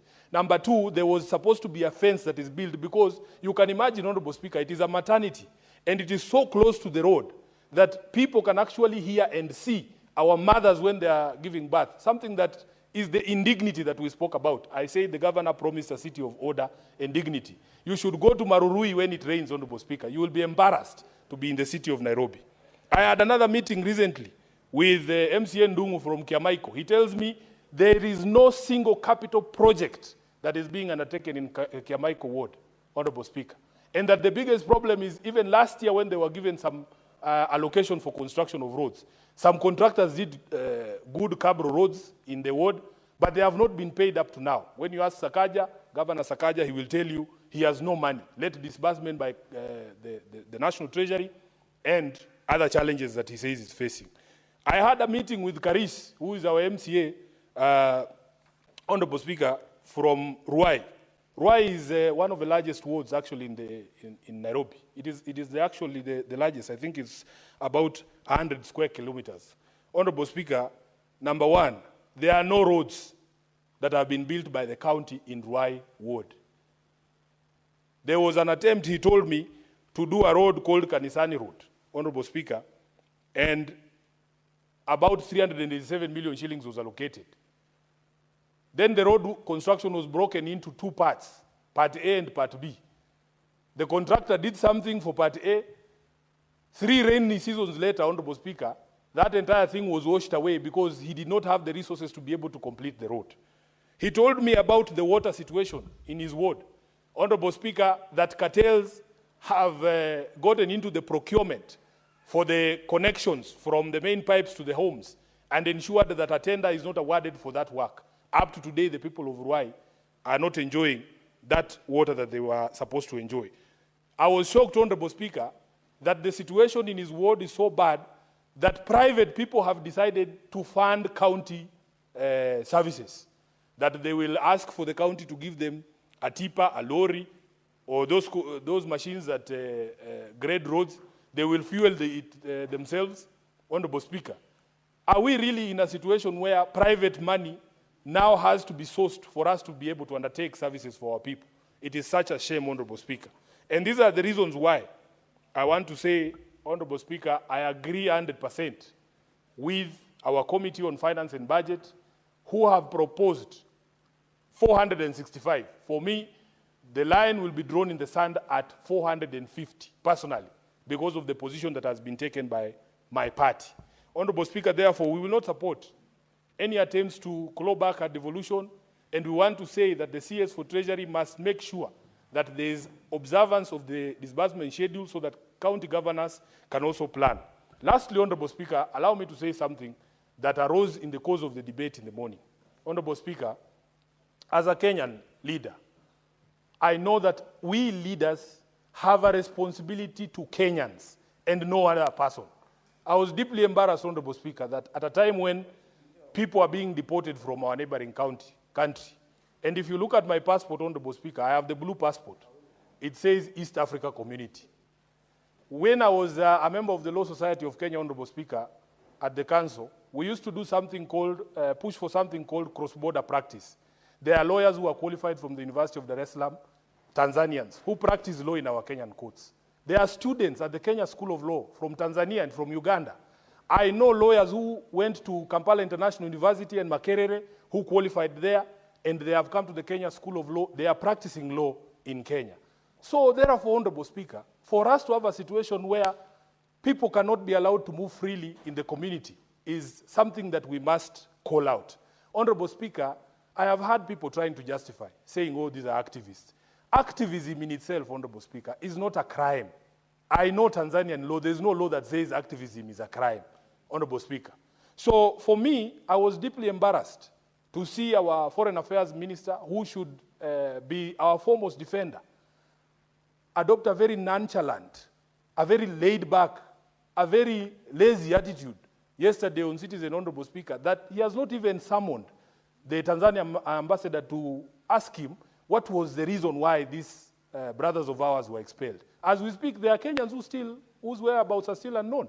Just show some concern for your countrymen. That is the job that you are given to do, Honorable Speaker. So I was a bit disappointed. And we need to, as a community of nations in East Africa, we must, Honorable Speaker, call out dictatorial tendencies whenever they emerge, because we are all brothers. If you ask Senator Eddy at his border in Isebania, people trade and cross over freely. We are brothers and sisters, and we cannot allow a situation where we have Kenyans being deported. At least when I was deported from Angola, I took it in stride. By the way, nobody in government bothered, Honorable Speaker. But I was okay, because me, I can take care of myself. Plus, Angola is far away. We don't share any borders. I don't think I know any Kenyan who's married to an Angolan. It was okay. But Tanzania are our brothers and sisters. And we must, Honorable Speaker, stand up for every Kenyan. This is the reason why, Honorable Speaker, when people start conversations about patriotism, it is very difficult to love a country that does not care about you. That I know that if I am in a quandary somewhere outside Kenya, the Kenyan government, or at least the CS for Foreign Affairs, will not care what happens to Sifuna. Honorable Speaker, it breaks my heart. If I was stuck in southern Lebanon when the war began, would this government really come for me? That is the question I ask myself. We are on our own. Then when we complain, people say, oh, you don't love your country. Love, Honorable Speaker, is reciprocal. You love me, I love you. I thank you, Honorable Speaker. Senator Wambueno.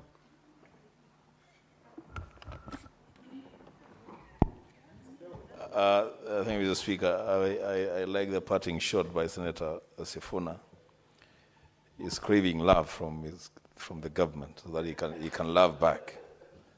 Mr. Speaker, I'm very sure there is nothing out of order there. Mr. Speaker, first of all, I want to, from the onset, declare that I fully support the recommendations by the Senate Committee on Finance and Budget on the division of Revenue Bill 2025. Mr. Speaker, I want to say a few things. One,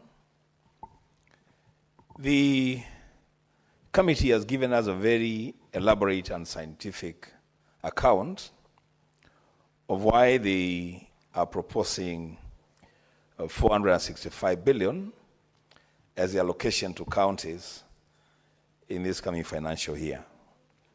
Mr. Speaker, first things first, I like the keenness of the committee, because on page 8 of their report, paragraph D, on the observations, they have captured it very well, Mr. Speaker, that the bill is using the most recent audited and approved accounts of revenue for the year 2020-2021, which then amounted to 1.5 trillion.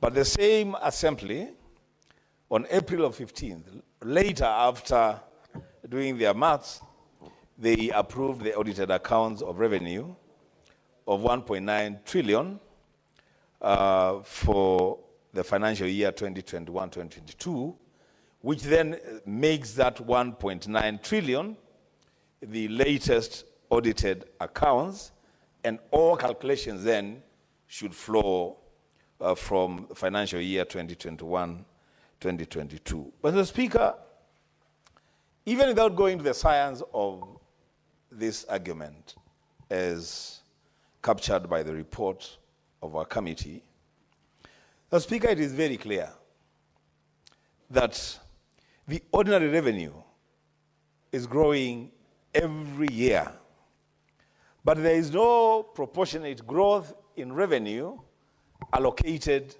to county governments. Mr. Speaker, when you look at the report, it captures the imagination of all Kenyans of goodwill, that there are expenditures that are non-discretionary for county governments. Expenditures like payments to chief, the housing levy, NSSF, and the county aggregated industrial parks. Mr. Speaker, these are policy decisions that have been taken at the national level, which policy decisions have a direct bearing on the revenues of county governments. When you say that you are going to allocate 250 million Kenya shillings for the county aggregated industrial park in every county, and every county government is supposed to match that allocation, as a Speaker, it is not like there is any county government that has the option of opting out. All of them must spend 250 million Kenya shillings to match the government expenditure for the parks. And for this reason, Mr. Speaker, there is reason to consider that amount in the allocation to counties. Because then if you don't, what it means is that they will have to stop other budgetary allocations for their functions to support the industrial parks. And Mr. Speaker, that is basic intelligence. Mr. Speaker, on the issue of the UHC, and every speaker has spoken to this matter, Mr. Speaker. You know, hardly a day passes before medics working under the universal health coverage demonstrate outside of Parliament, and specifically outside the gates of the Senate.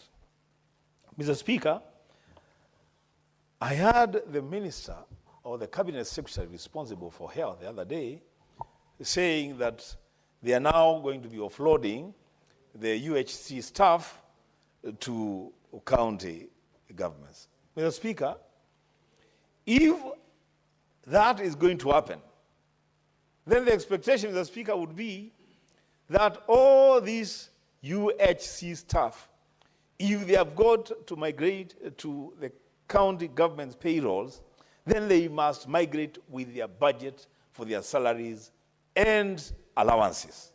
Because, Mr. Speaker, you cannot expect that you will migrate such a huge portion of workers and staff to a level of government, and then that level of government is supposed to use their own money again to pay and compensate the important services offered by UHC staff. So, Mr. Speaker, there is reason.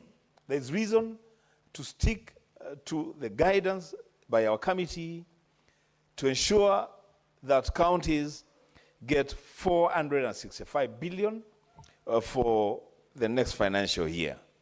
Mr. Speaker, I want to address myself to the issue of roads. Mr. Speaker, there has been debate as to whether then some of the roads that are being carried out by national government agencies, including Kenya and Kera, actually don't belong to county governments.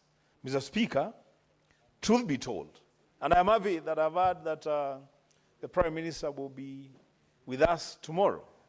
We'll have a conversation about these issues because I know this is a matter that is very, very dear to him. On the issue of monies allocated to roads in this country, Mr. Speaker. Mr. Speaker, there is no denying that the agencies of government, Kenya, and especially Kenya and Kera, are undertaking road projects that actually belong to county governments. As a Speaker, maybe a time has come to consider scrapping those agencies and transferring those funds to county governments so that they may be able to roll out road projects in their respective counties. Mr. Speaker, there have been arguments all through that, oh, if you send money to the counties, the money is being stolen, governors are misappropriating funds. Mr. Speaker, that can never be a reason why we should not add monies to counties. Mr. Speaker, that's a lazy argument. Because, Mr. Speaker, if it is true, and I know it could be true, that money is being misappropriated at the county level. Mr. Speaker, there is a law that deals with people who misappropriate funds at whatever level of government. Instead of saying that we will not give more money to counties because they are going to appropriate the funds, Mr. Speaker, go for the people that are misappropriating those funds and charge them in a court of law. So, Mr. Speaker, we don't punish Kenyans who are supposed to be enjoying the fruits of devolution by the argument, lazy argument, that if we give more money to counties, then the governors and their cronies will steal the money. Mr. Speaker, the issue of the sharing of revenue to county governments and national government. Mr. Speaker, I wish this argument would sink and sink well.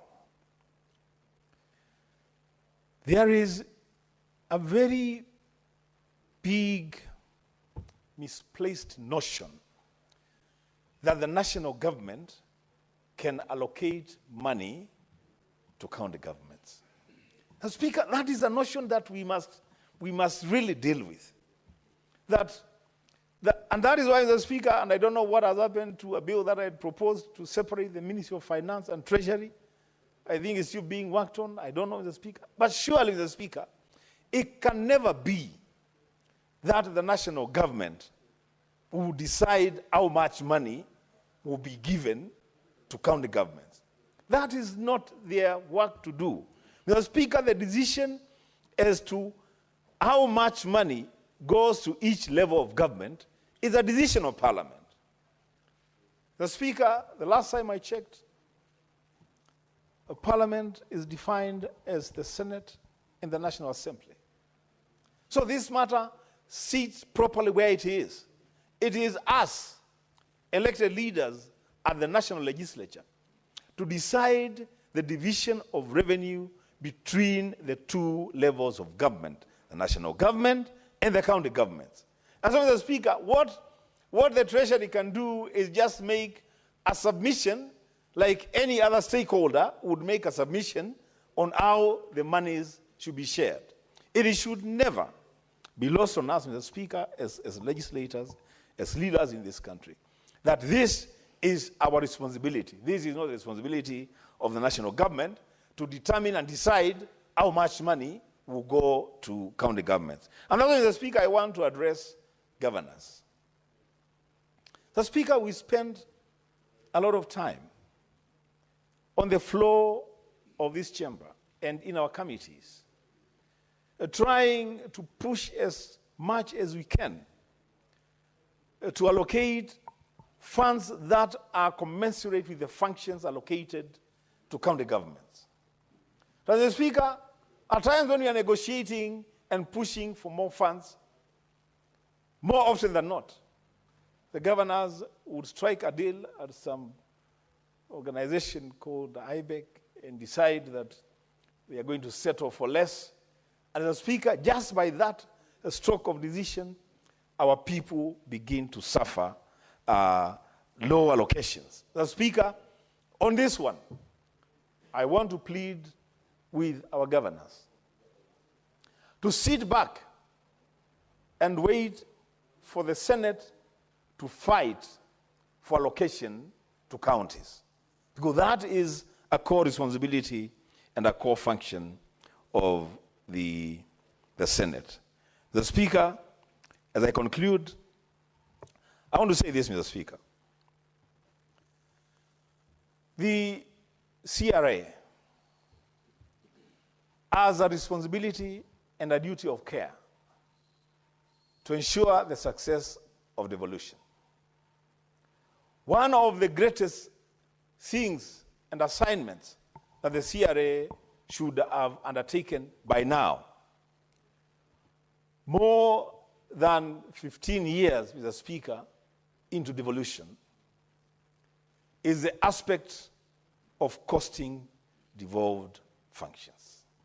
Mr. Speaker, I don't know why it has taken forever for the CRA to do proper costing of devolved functions.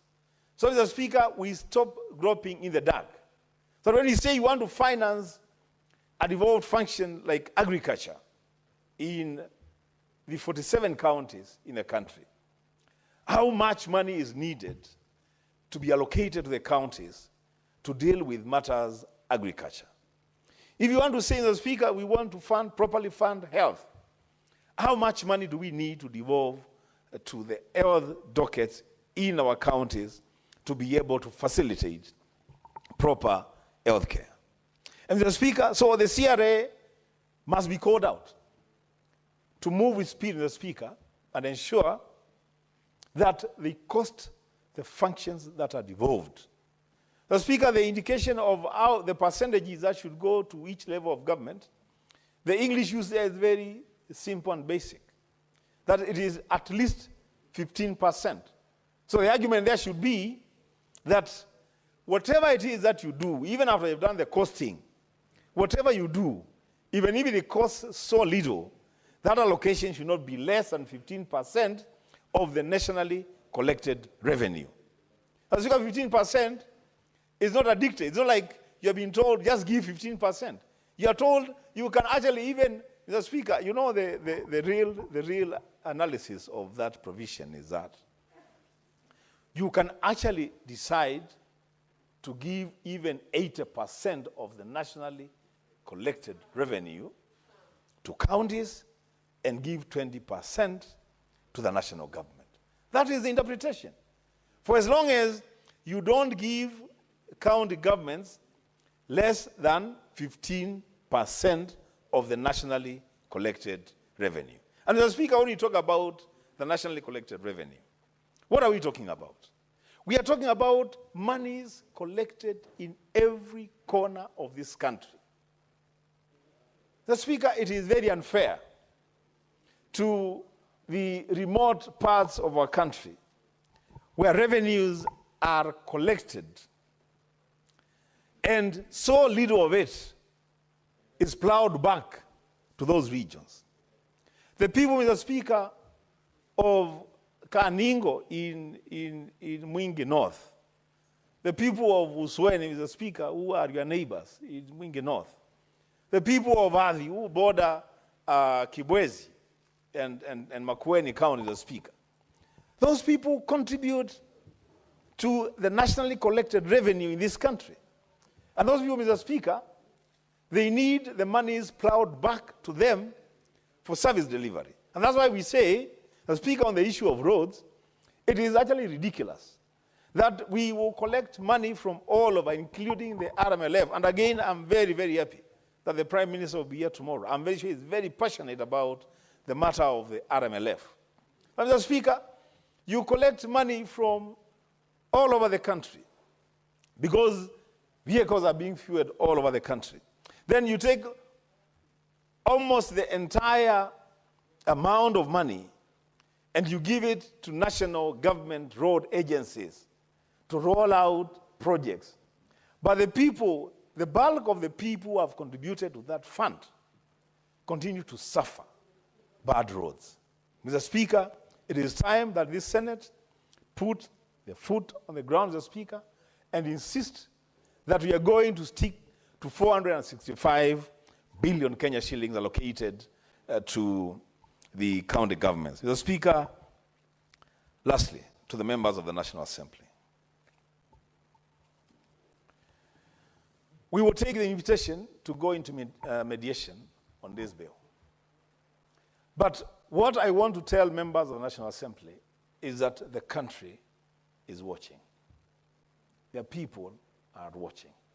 I don't know what it is that Kenyans living in counties, and every Kenyan lives in a county.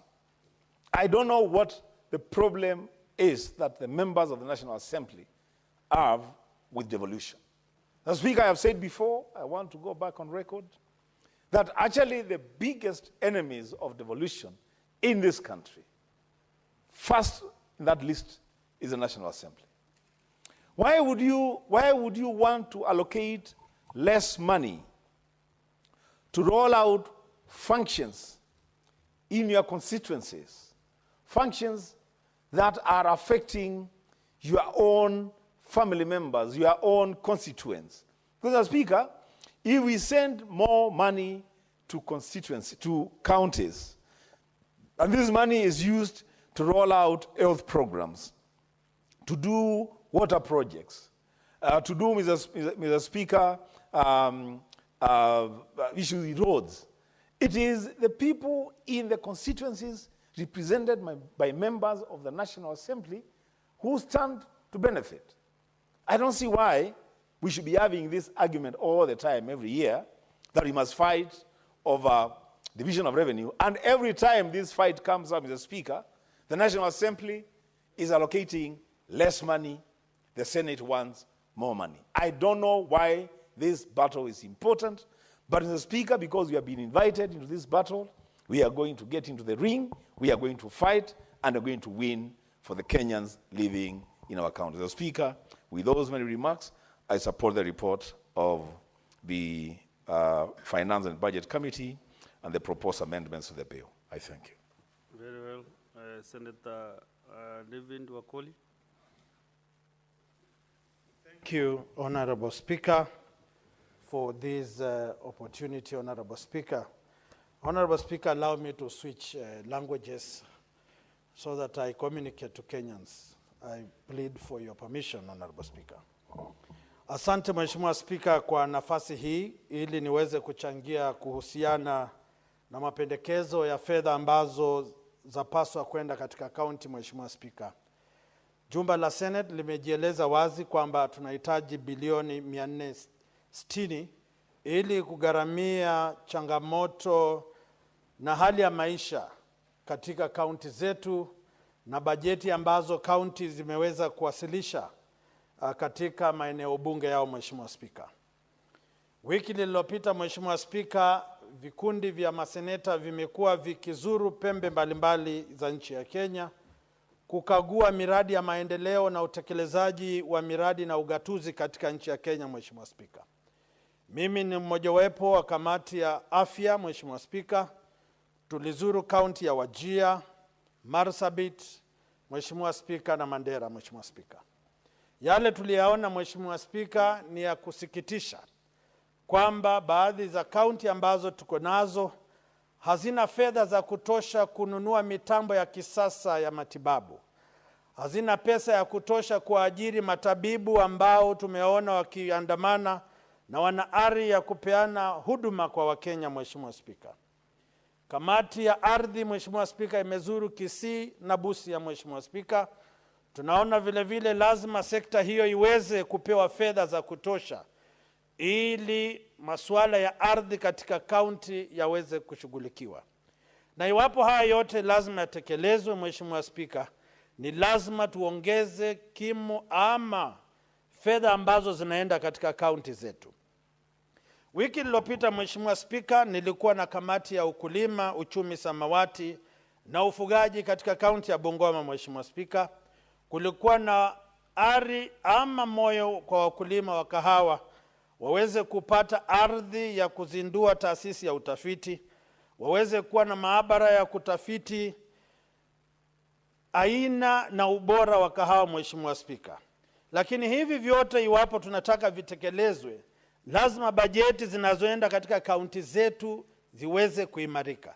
Wakulima wa maziwa, Mheshimiwa Spika, kule kwetu wanauza lita kwa shilingi 35, na katika maeneo mengine nchini, Mheshimiwa Spika, wanauza kwa shilingi 50.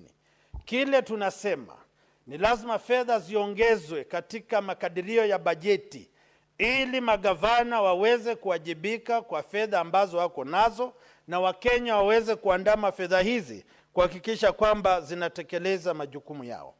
Kule Bungoma, Mheshimiwa Spika, serikali imezindua baadhi ya soko pale Bukembe, ukija Misihu, ukienda Webuye, ukienda Cheptonon, ukienda Misihu, ukienda mji mkuu wa Bungoma, Mheshimiwa Spika, ni baadhi ya soko ambazo serikali imeweka kandarasi ili watu wachukue zabuni na kujenga.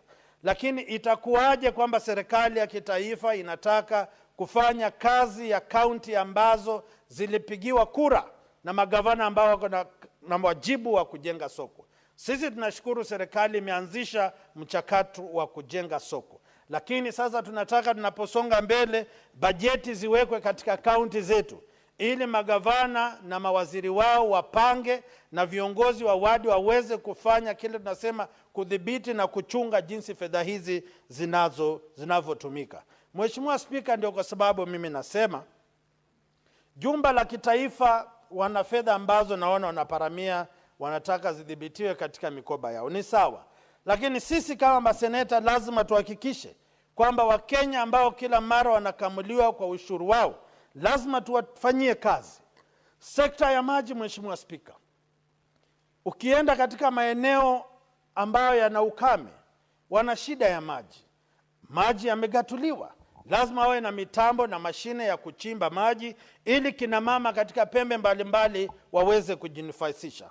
Ukienda katika sekta ya vyuo anuwai na shule za chekechea, Mheshimiwa Spika, utagundua kwamba baadhi ya maeneo ni vyumba peke yake vimejengwa, hakuna vifaa vya kutosha, hakuna vyakula ambavyo vina virutubishi vya kuinua afya ya watoto, na hakuna walimu wa kutosha wa kufunza watoto hawa. Itawezekanaje kaunti zitekeleze majukumu yao haya pasipokuwa na pesa za kutosha ili kuhakikisha watoto wanapoanza kwenda shule wanapata nafasi sawa na watoto wa mabwenyenye na matajiri ambao shule zao za chekechea wanaenda kwa magari, wanakunywa maziwa ambayo yako katika chupa zile zilizoundwa sawa sawa, wanabembelezwa na kuimbiwa nyimbo za kulala, ili hali watoto wa mashinani, Mheshimiwa Spika, wanakung'utwa na mbu pasipo wao kuwa na chochote katika tumbo zao. Ndio kwa sababu mimi ninaomba, Mheshimiwa Spika, tunapokata kauli. Senator Wakoli,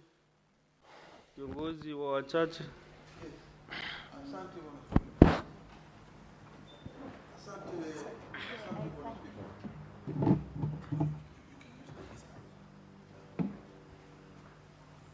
Asante Bwana Spika. Sijui kama Bwana Spika umesikia ndugu yetu Wakoli akisema kwamba kuna wale ambao watoto wao wanakunywa zile chupa za kawaida, na alafu kuna wale watoto wa mabwenyenye wanaokunywa na zile chupa zilizoumbwa ama zilizotengenezwa kisawa sawa. Sijui kama kuna chupa za aina hiyo katika watoto wadogo wakiwa wanaweza wanafyonza ama wananyonya hizo chupa ama wanafanya namna gani? Sijui angeweza kutueleza zaidi. Asante Mheshimiwa Spika. Naheshimu uwezo na tajriba ya seneta ambaye ameniuliza swali. Lakini Wakenya wanaponitazama sasa wanaelewa fika kwamba baadhi ya kaunti watoto huona maziwa kwa vyombo vya habari. Watoto huona maziwa, huenda mbuzi anaponyonya mwana, mbuzi anaponyonya mamake. Sasa mambo ya chupa, Mheshimiwa Spika, yasiwe yale ya muhimu sana. Cha muhimu angalau mmoja anakunywa maziwa kwa chupa ya kawaida na mwingine anakunywa chupa katika maziwa katika vijikombe vya kimabati hivi, Mheshimiwa Spika. Cha muhimu nataka nirejelee katika hoja, Mheshimiwa Spika, kwamba ugatuzi uliletwa katika nchi ya Kenya kusawazisha maisha ya Wakenya na kuwaweka katika baraste iliyo sawa. Vyuo anuwai na vyuo vya chekechea lazima vile vile kuwa na maabara, kuwa na walimu wa kutosha, kuwa na mashini na mitambo ya utafiti ya kutosha, ili watoto wanapotoka Bungoma, wanapotoka Marsabit, wanapotoka Kisumu, wanapokutana katika uwanja wa kutafuta kazi, wote wako sawa, kwa sababu ugatuzi uliwatendea wema wote pasipo kunyimwa haki kikatiba. Ndio kwa sababu mimi naungana na maseneta wengine na kusema kwamba wakati umefika magatuzi yapewe pesa za kutosha, na tunapowapa pesa sisi sasa tutawaandama katika miradi ya maendeleo, tuhakikishe kwamba fedha zinazowekwa kwa miradi hii inaenda sambamba na yale tunaona kihalisia kwa macho mashinani. Kwa sababu Mheshimiwa Spika, nimegundua hivi kwamba kuna ng'ombe wa kiuchumi ni miradi gushi, miradi hewa. Yaani wanaweka mamilioni, kumbe chini ya mamilioni haya kuna wale wanakamulia chini kama wanakandarasi. Lazima Wakenya wawe macho kuhakikisha kwamba miradi inayotekelezwa inaafiki matarajio yao na wanahusisha umma, kwa kimombo wanasema public participation, ili miradi iafiki matarajio ya wale wahusika ambao watanufaika na miradi hii. Sasa katika mapana na marefu falsafa ya serikali, mimi naomba kwamba jumba la Senate lisimame wima, lisimame tisti, lisiyumbishwe, lisipigiwe simu kutoka kwingine. Tuamue jinsi tumeamua sasa, tutetee magatuzi yetu, na hizi pesa zinapoenda chini, Mheshimiwa Spika, zikienda mashinani, vijana wengi mitandaoni hawana kazi. Na mimi naomba Senate pia wachangamkia wa magavana. Kandarasi na kazi zinazopewa kule mashinani, baadhi ya makampuni zinazopewa ni makampuni ambayo yameandaliwa kitaaluma Nairobi, ya watu fulani Nairobi, kunyima vijana wa mashinani kazi. Lazima tumulike hapo, tujue 30% wanasema iwe watu wenyeji ama 70 ya wenyeji. Lakini ukimulika sana baadhi ya wanakandarasi hao, wengine sio wenyeji, lakini ni wale wanasema briefcase, mabegi ya wanakandarasi ambao wananyonya na kufyonza jasho za watu wa county, na lazima pia wao tuwaandame ili ugatuzi uweze kuafiki malengo ya waasisi wa ugatuzi. Asante Mheshimiwa Spika. Salama. Senator Beatrice Akinyi. Honorable Speaker, I thank you, Honorable Speaker, for granting me this opportunity. And from the word onset, Honorable Speaker, I want to support the report on the Division of Revenue Bill 2025. Honorable Speaker, the Constitution talks about 2 levels of government. 1, the national government, and 47 county governments. And these governments, county governments, Honorable Speaker, are referred to as distinct with constitutional mandates that must be carried out, Honorable Speaker. Honorable Speaker, from the word go, we would like to tell Kenyans and anybody who cares to listen that Kenyans are one, and there are no Kenyans that we can classify as belonging to the national government and others belonging to the county government. Honorable Speaker, that is why revenue that is shared between the two levels of government must be done in such a way that the other levels of government, which are 47, are able to operate because they have functions that have been provided to them by Kenyans, Honorable Speaker. Honorable Speaker, I want to laud one outstanding personality in this republic, one Raila Amolo Odinga. And I'm happy that the former Prime Minister is going to come to the Senate tomorrow and address senators here, Honorable Speaker. Senator Nyamu seems to be surprised. Senator, you need to be prepared tomorrow that the father of devolution is going to be at the Senate, and we'll be ready to listen to his words of wisdom. He's a man that has been firm that he believes in devolution, and he has supported devolution since then, and he continues to support, Honorable Speaker. The former Prime Minister stands with the tenets of devolution even when a number of people are not happy about it, Honorable Speaker. Honorable Speaker, coming back to the report that I rise to support, the report talks about the projected revenue collection for the year 2025-2026. And Honorable Speaker, there is a proposed county government's equitable share of 409 billion, which represents, according to this document, 14.28%, Honorable Speaker. And Honorable Speaker, that is in itself below the constitutional mandates that talks about not less than 15%. So, Honorable Speaker, why would we be talking about 14.28%? And Honorable Speaker, to support a few speakers that have been on the floor, that the Constitution talks about not less than. It means that the county governments could be given up to 35% that a number of us have been talking about, or even more, Honorable Speaker.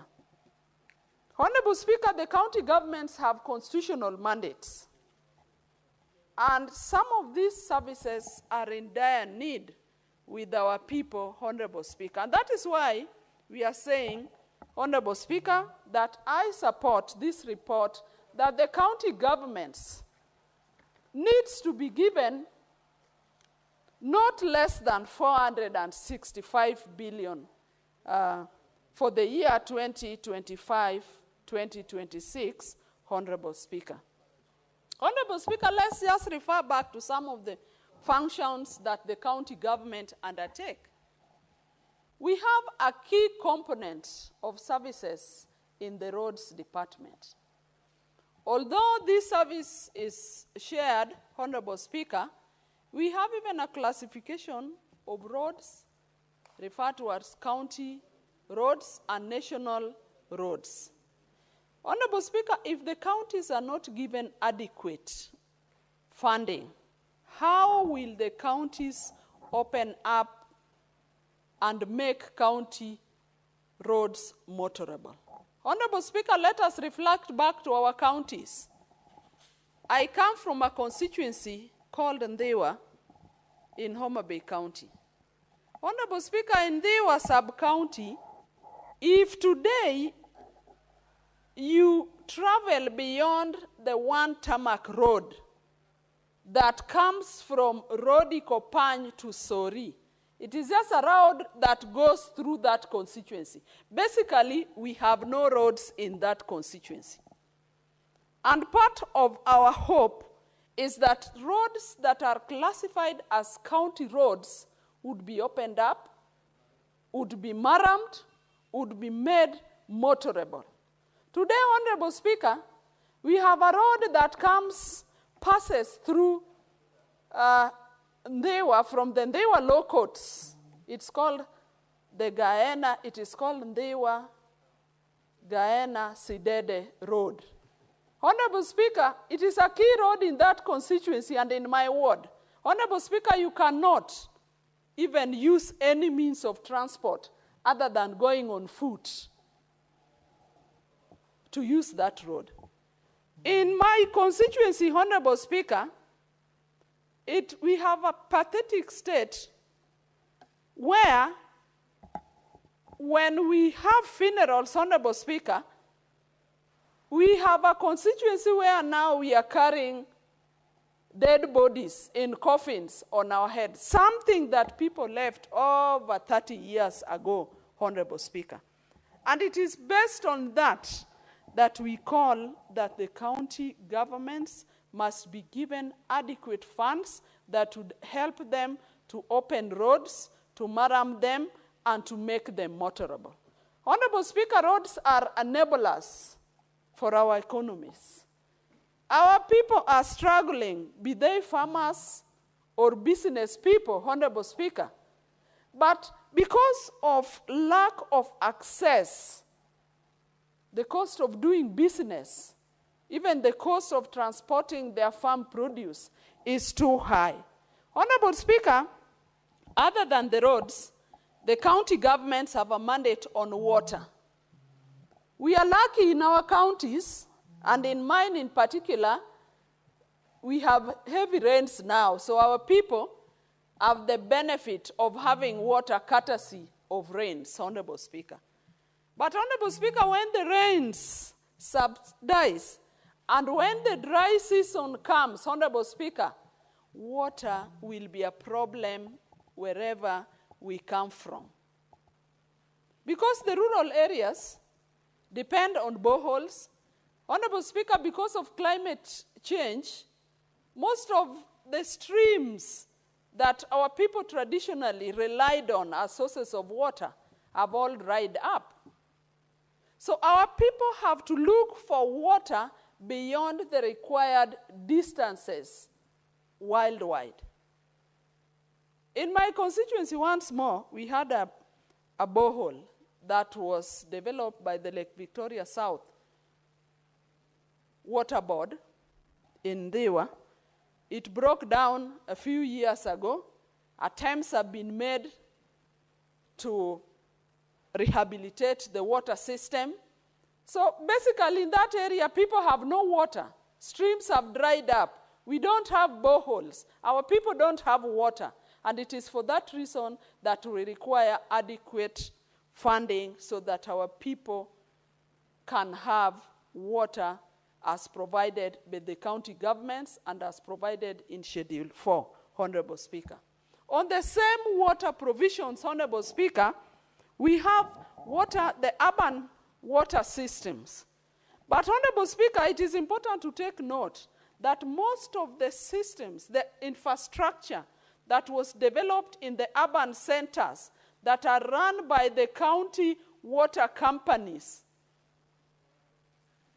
a number of them have old systems that are aged, systems that are dilapidated, and the county governments have no sufficient funds to rehabilitate these systems. So if you go to our urban centers and our municipalities, the people cannot consistently get water because the old systems that are there are consistently breaking down, and so the populations that have increased in those towns are not commensurate to the systems that are there to provide water. And so, Honorable Speaker, we need adequate funding as proposed in this report that I stand here to support. Honorable Speaker, another mandate that the county governments have is in agriculture. But, Honorable Speaker, there are no extension services as was envisaged in this sector. The farmers are on their own. The farmers are on their own as they prepare their farms. Honorable Speaker, when we were growing up, there used to be extensions services officers that would ride along in motorbikes across the villages. They prepared our farmers as the planting season came. They were able to advise on which seeds the farmers could use depending on region to region. They would advise on the soil, the nature of the soil and the nature of seeds that the farmers would use. And Honorable Speaker, in the course of the growth of these plants, the extension service officers would move around the villages advising on the progress of those crops. But today, Honorable Speaker, those services are not there with our farmers. Honorable Speaker, I'm a farmer of maize, and just recently when I was at home, my farm was being attacked by armyworms. There was nobody to advise me, Honorable Speaker, and I remained at the mercy of the rains. I was advised and consoled by my village mates that because of the heavy rains, the army ants would not, the ants would not survive the heavy rains, and so I was consoled. And just as I was advised, the rains washed the ants from my farms. So, Honorable Speaker, were it not for the rains, it means that my farm and all other farms around my environment would have been swept away. Honorable Speaker, there's a real need for county governments to employ extension officers, and not only extension officers, but extension officers adequate in number, adequate in quality, adequate in quantity, that would be able to serve the farmers that we have around. Honorable Speaker, there is also the mandate of health. Health is purely a devolved function. And Honorable Speaker, when I look at the proposed budget, I was just in a training this morning where we were taken by the allocations of this year's budget per sector. And I saw health primarily is maintained as 136 billion from last year and to this year. And Honorable Speaker, the explanation that we're being given is that they are expected donor funds. But Honorable Speaker, you also know the challenges that donor funds are facing. That with the coming of the Trump administration, there was a cut down. There's a proposed cut down of donor funds. And just the other time, we're being taken around immunization financing. And we noted that in a few years to come, we will be on our own as a community, as a country. But Honorable Speaker, these are services that are offered at the county level, and all this is about resources. Honorable Speaker, other services that are also critical are urban services, some like stormwater drainage, and all these require funding.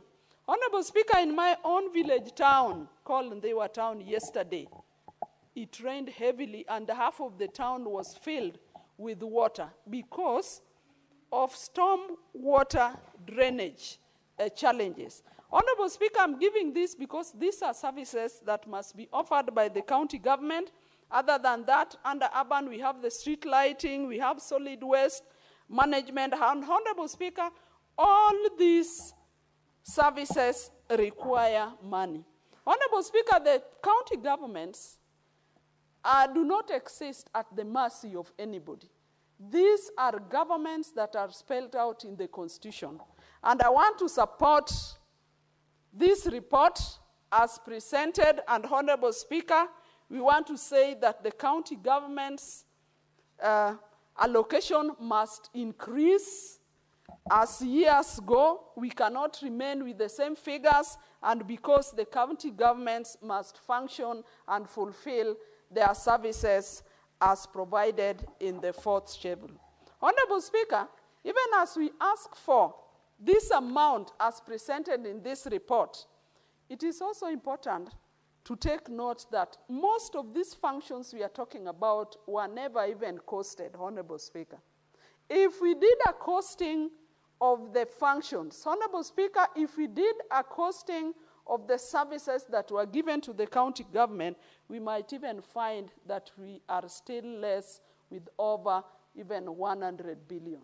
And so, Honorable Speaker, I support this report, and I want to say, as I end my presentation, Honorable Speaker, is that the spirit of devolution required that county governments would be able to attract the best skills that we have in the country. It is not as we think that people with more skills should be offering services at a higher level. Honorable Speaker, if the counties are to attract the high skills that we require, they must have funds commensurate to the payment, to the remuneration that these skilled laborers would need. I am praying for a day that the best doctors would be employed even at the health centers and the dispensaries and the level 4 hostels where most of our people go to. And as they are employed there, they would still be paid the higher wages that they required so that they are able to offer services even at the lower level. As against the tradition where you have the highest skills placed in high-level hostels, in private hostels, because that is where they would be able to be given the right remuneration. Honorable Speaker, I'm praying for a day that we'll have the top skilled agricultural officers employed at the ward levels where their skills are needed, where they would be able to advise farmers, where farming takes place.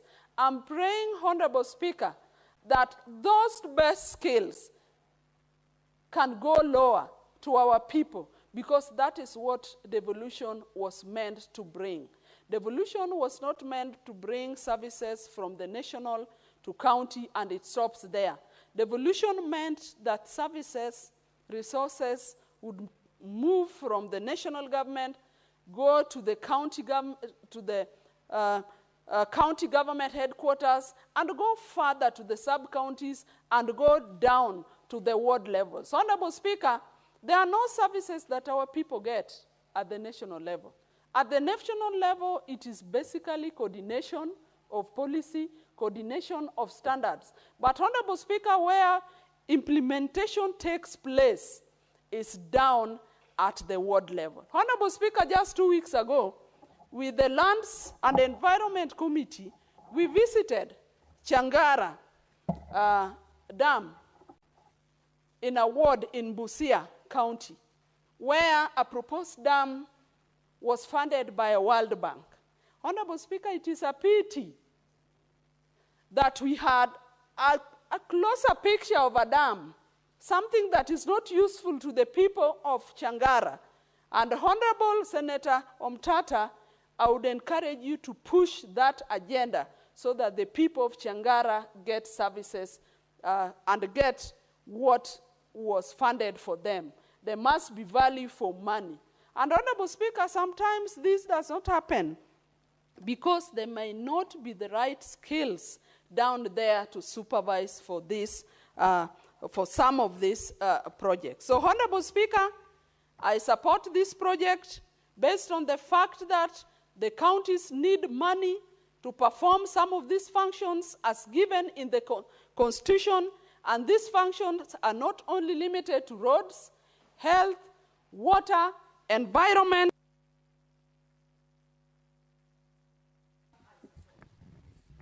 Senator Beatrice, your time is up, and thank you for your contribution. Senator Okoiti Omtata.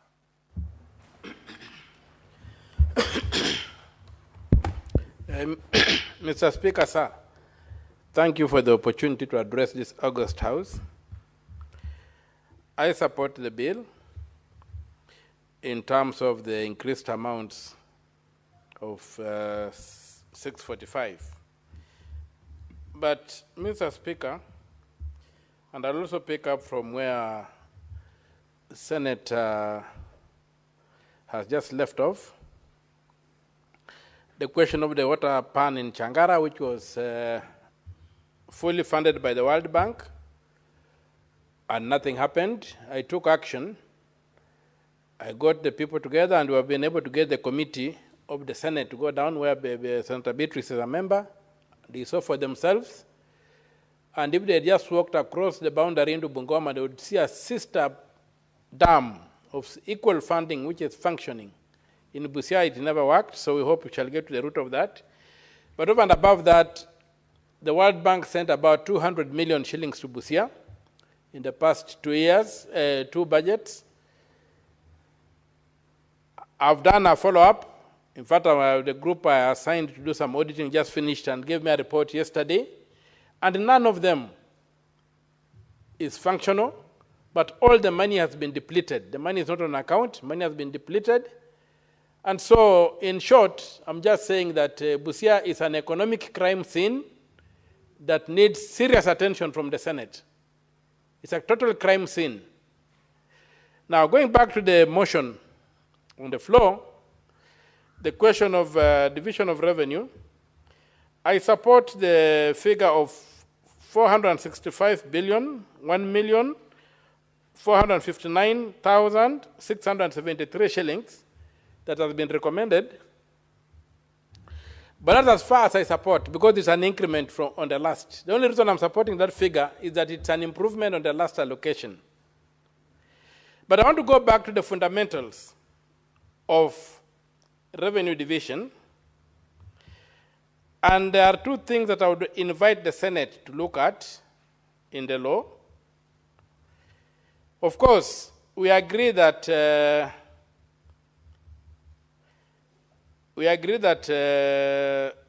Article 203 of the Constitution is very clear. If you look at sub-article 1, after addressing that when sharing this money, we should take into account national interests, provide for public debt, which is another issue that if public debt is top on the list of things, we must be very careful and pay full attention to the public debt. At C, they say we take care of the needs of the county national government. But if you look at D, E, and F, they all address devolution. We must ensure, in fact, the word in D is that they need to ensure that county governments are able to perform the functions allocated to them. That's the level, the kind of funding we need to give them. Then there is the requirement that we have to develop their fiscal capacity and efficiency. We have to go to look at their developmental and other needs. And when you go further down at I, we must work for the economic optimization of each county to provide incentives for each county to optimize its capacity to raise revenue. Now, revenue, on-source revenue is an area that's, again, heavily abused in counties. When you look at it, in my own county of Busia, and reports have even been made, but no action is taken, you'll find that you have got they talked of operationalizing or computerizing revenue collection. But when you look at it, it's just some fraud scheme that allows them to collect revenue that doesn't get reflected and go into the county revenue fund. Now, what's more important here right now, Mr. Speaker, sir, I want to look at subclause 2 of 203 on revenue allocation. It says, for every financial year, the equitable share of the revenues raised nationally that is allocated to county governments shall not be less than 15%. Now, that is a floor that has been set, but the revenue must ensure the upper things. The 15% is just a floor that has been set. It's not a requirement that 15% goes to counties. The requirement is that not less than 15%, but whatever goes to counties must achieve what is declared up there. Now, when you go to clause 3, I have a strong feeling that this clause has been totally misinterpreted.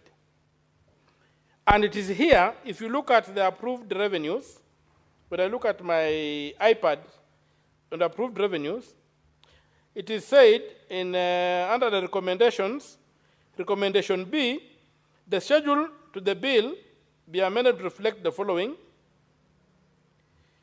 B, Roman 2, the most recent account of revenue as approved by the National Assembly as at the financial year, which is 1,434,434,085,078 shillings for the financial year 2021-2022. What we know is that the Auditor General has submitted reports for the financial year 2023-2024. We are now in the financial year 2024-2025. The audit reports were submitted, and these figures should be based on the audit report of 2022-2023, not 2021-2024, for the following reasons. Although the clause 3 of 203, Article 203 of the Constitution says that the amount referred to in clause 2, that's the 15%, shall be calculated on the basis of the most recent audited accounts of revenue received, comma, as approved by the National Assembly. We should ask ourselves in that sentence, what is approved by the National Assembly? Is it the audit report that's approved by the National Assembly, or is it the accounts, the revenues that are approved by the National Assembly? And if you go to Article 229, clauses 7 and 8, where the report is considered, Mr. Speaker, clause 7 says, audit reports shall be submitted,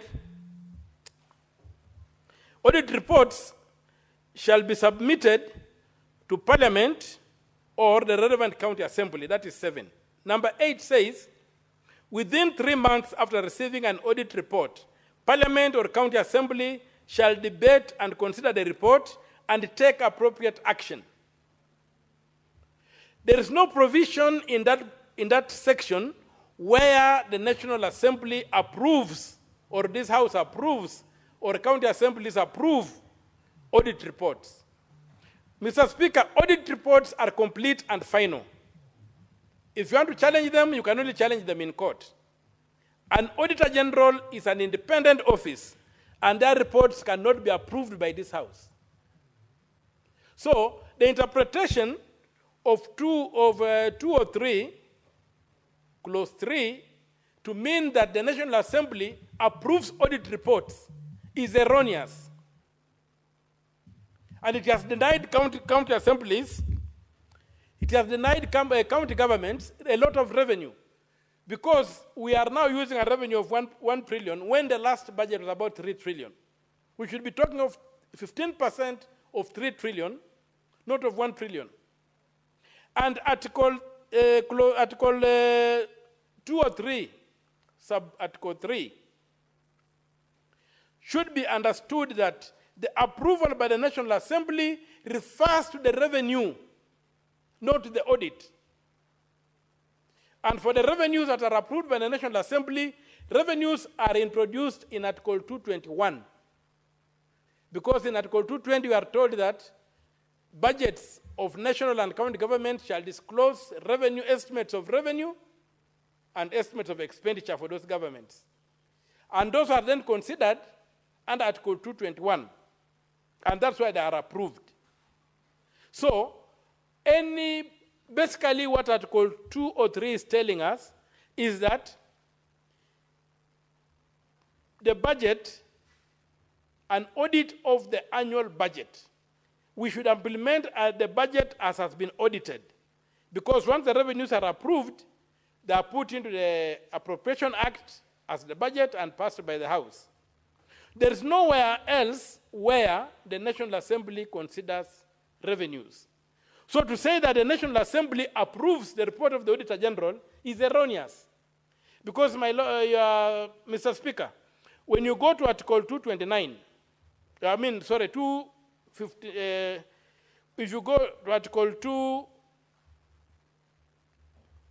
when you go to Article 229, you find that the National Assembly is given 3 months, and even this House, 3 months, and even the County Assembly, 3 months within which not to approve, but to debate, consider, and take appropriate action on an audit report. Basically, we are told that we look at the report and within 3 months make sure that accountability, those who have been adversely mentioned are held accountable. We help the county department, the county governments or the departments of the national government improve on their accounting systems. It does not in any way tell us that we should be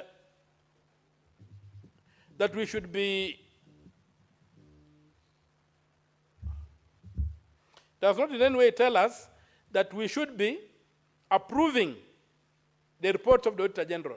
So, and even if you were to argue that the National Assembly is supposed to approve the reports of the Auditor General before we can use them as a basis for calculating the 15% that goes to the county governments, then we must look at the, within Article 229, there's a very clear timeline of 3 months. The Auditor General is given 6 months from 1st of July to audit the books of government. Then he presents the report to us by 31st of December. Then we have 3 months as Parliament to consider the report and take action on it. Anything outside 3 months that are given in the Constitution is null and void. The National Assembly cannot claim that because it has not looked at the reports, it is sleeping on its job. It is now in 2021 that county government should also be waiting for the National Assembly to wake up. Recently, the High Court expressed itself on this provision in some case, and it said that you only have 3 months to look at the reports. So, why should county governments suffer from lack of funds simply because the National Assembly is sleeping on the job? If the Auditor General has given them the report of the budget, the year 2023-2024, it gave that in December. 3 months ended on 31st of March. We should not be debating this report based on the accounts of 2021, which is 1 trillion. We should be debating this report based on the accounts of 2023-2024, which was about 3-point-something trillion. And that way, then we shall be fulfilling the need to ensure that county governments get 15% of their audited budget. So I'll be asking this House to consider, and the leadership of this House to consider revisiting that provision whereby they have misinterpreted Article 203, Clause 3, to mean that you have to wait for the auditor, for the National Assembly to do whatever it wants to do with the report of the Auditor General before it can apply on counties. And even if it was so, Mr. Speaker, we go back to Article 259, Clause 8. You ask yourself, how long would it have to take for that? Because that clause is said, even where the Constitution does not provide timelines, it must be done as quickly as possible. We cannot mortgage, we cannot delay the development in the counties simply because of that. So I'll be urging that we relook at that provision of the law, that we have allowed the National Assembly to suffocate development in the counties simply by being lazy and not being focused, not doing their work. Let us demand that every year the report of the Auditor General after 3 months is unassailable, and that's the one that we shall use to calculate the equitable share that goes to the county. The other thing, Mr. Speaker, sir, is I've got a problem with Section 2 of the Commission on Revenue Allocation Act, Cap 428. Their definition of revenue is totally unacceptable. It cannot override what is in the Constitution. The Constitution is very clear at clause 2 of 203 that for every financial year, the equitable share of the revenue raised nationally that is allocated by county governments shall not be less than 15%. Equitable share of revenue raised nationally. But when you go to Section 2 of the Commission on Revenue Allocation Act, that's Cap 428, it defines revenue this way. It says revenue means all taxes imposed by the national government under Article 209 of the Constitution and any other revenue, including investment income, that may be authorized by an act of parliament, but excludes revenues referred to under Articles 209(4) and 206(1)(a)(b) of the Constitution. That particular definition needs to be looked at. Nobody gave the National Assembly the power, and by the way, these acts were made when National Assembly, before the Senate was formed. These are acts that were made before 2013. And so the Senate was not represented at that time. Parliament constituted only of one house. And so the National Assembly had a free hand to do what it wanted. And here, it's excluding revenue that should be considered in the calculations of what should go to the counties. I would urge, Mr. Speaker, that the leadership of this House takes upon itself to look at Section 2 of the Commission on Revenue Allocation Act, Cap 428, and looks at whether it is acceptable to exclude that revenue in circumstances where the Constitution says all revenue raised. Because if we don't do that, Mr. Speaker, we are going to end up with situations whereby, irrespective of the corruption in the county governments, which needs to be dealt with by law enforcement and to be punished ruthlessly, when you look at the percentages of money that go to the county governments, we have not been able to unbundle enough money to follow the functions that have gone to the county governments. So other than just costing, which is important, costing the devolved functions, we need to also look at the legal framework that was put in place by the National Assembly before the Senate came into existence, to ensure that there is equity and there is adherence to the law within that legal framework. Otherwise, Mr. Speaker, we shall continue giving county governments a raw deal in terms of equitable share. And so, in supporting this bill, Mr. Speaker, I reiterate that, if possible, this House, the Finance Committee, takes time and maybe gets proper legal assistance, and we have got very good lawyers in this place, to see how these laws can be amended or challenged to ensure that we use the latest audited accounts of the Auditor General. The question of approval by the National Assembly expires before the Auditor General comes in. The Auditor General, there's no room for approving a report of the Auditor General or rejecting it. We only implement it. I can see my time is up, Mr. Speaker, sir. I thank you for the opportunity. I support the bill with those qualifications that the committee seeks to anchor the current division of revenue on the accounts of 2023-2024, which have already been audited and which have taken more than 3 months since they were submitted in Parliament, and therefore the National Assembly has lost the capacity to do anything with them.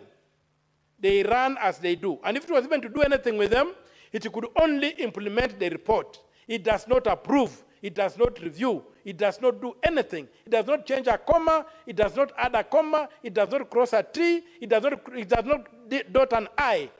The report is final. And that report should be used to determine the ratio of... Senator Mutari, your time is up.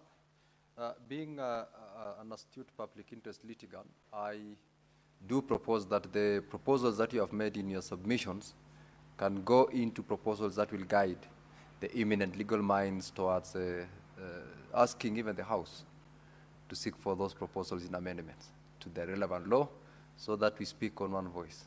And so don't leave it out to the only lawyers. You're one such honorary practitioner by virtue of the public litigation that you're doing.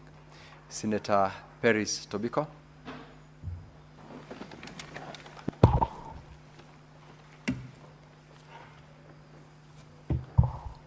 Thank you, Mr. Speaker. Mr. Speaker, let me take this opportunity to add my voice on the Deviation of Revenue Bill 2025. Mr. Speaker, members have exhaustively addressed this bill, Mr. Speaker, and on the equitable share, Mr. Speaker, that has been allocated to the counties in the 2025-2026 financial year, Mr. Speaker. Mr. Speaker, I do agree with Senator Omtata that there is an increment from the last time of around 387, I think, that was there last time, Mr. Speaker. And now the 405.1, Mr. Speaker. The nominal increase, Mr. Speaker, is appreciated, but we still have a long way to go. We still have a long way to go, Mr. Speaker, because although the Constitution prescribes that a minimum of 15% goes to our devolved units, it has never put, a capping that it must remain at 15%, Mr. Speaker. It can go higher, and it should go higher, Mr. Speaker. Mr. Speaker, why do I say this? Mr. Speaker, Kenyans would want to see the counties working. Kenyans would want to see our devolved units being viable, being attractive, delivering for Kenyans, so that we realize the benefits of the 2010 Constitution, Mr. Speaker. Because the spirit of the 2010 Constitution, Mr. Speaker, the bottom line was equity across the country. It was so that across Kenya we can experience development, we can experience service delivery, we can experience opportunities at the local level for Kenyans, be it at Turkana, so that a Kenyan who is in Turkana has opportunities to work at their counties, so as the same case applies to all other counties, Mr. Speaker. And Mr. Speaker, for our counties to be able to deliver on those functions, on the very functions that have been prescribed by the Constitution, for our counties to be able to address health issues, deliver health services, do the facilities and equip them, and provide medical supplies, as well as pay the qualified personnel for these facilities, Mr. Speaker. Our counties do need a lot of these resources, much more than the 405 billion that has been allocated now. But yes, Mr. Speaker, we do accept and appreciate that we are making steps every other time. We are increasing. We are progressing. Mr. Speaker, this gives us hope. But still, we are far from it, Mr. Speaker. Because when they say it should be 15% of the last audited accounts, Mr. Speaker, and they go ahead to say this is based on the 2020-2021 audited accounts, Mr. Speaker, then the whole thing is, there are question marks, Mr. Speaker. You query because the last audited accounts is 2023-2024. And sometimes, Mr. Speaker, I have asked myself, what happens with the 85% of the revenues that are left at the national level? What happens, Mr. Speaker?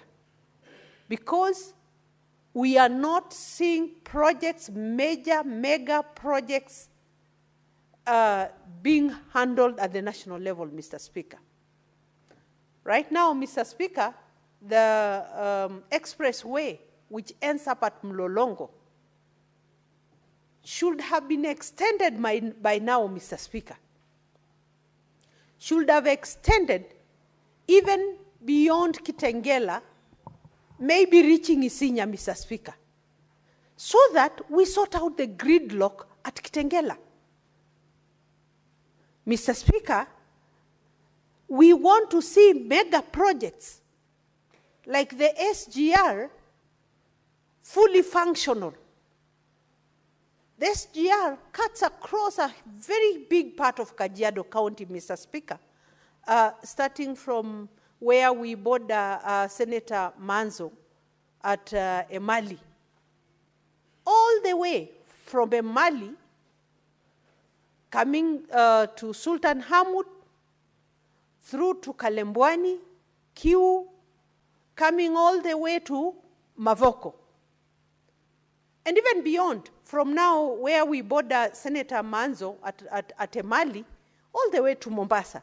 But when you look at this SGR, it is not operating at full capacity.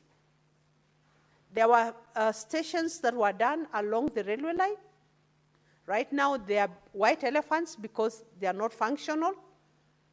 I should be taking the SGR at Stony Yadi or at Konza, go to Mombasa and alight at Konza and go to my home. But we see the stations, they are beautiful. I think right now they are occupied by lizards because they are not functional. So what am I trying to say, Mr. Speaker?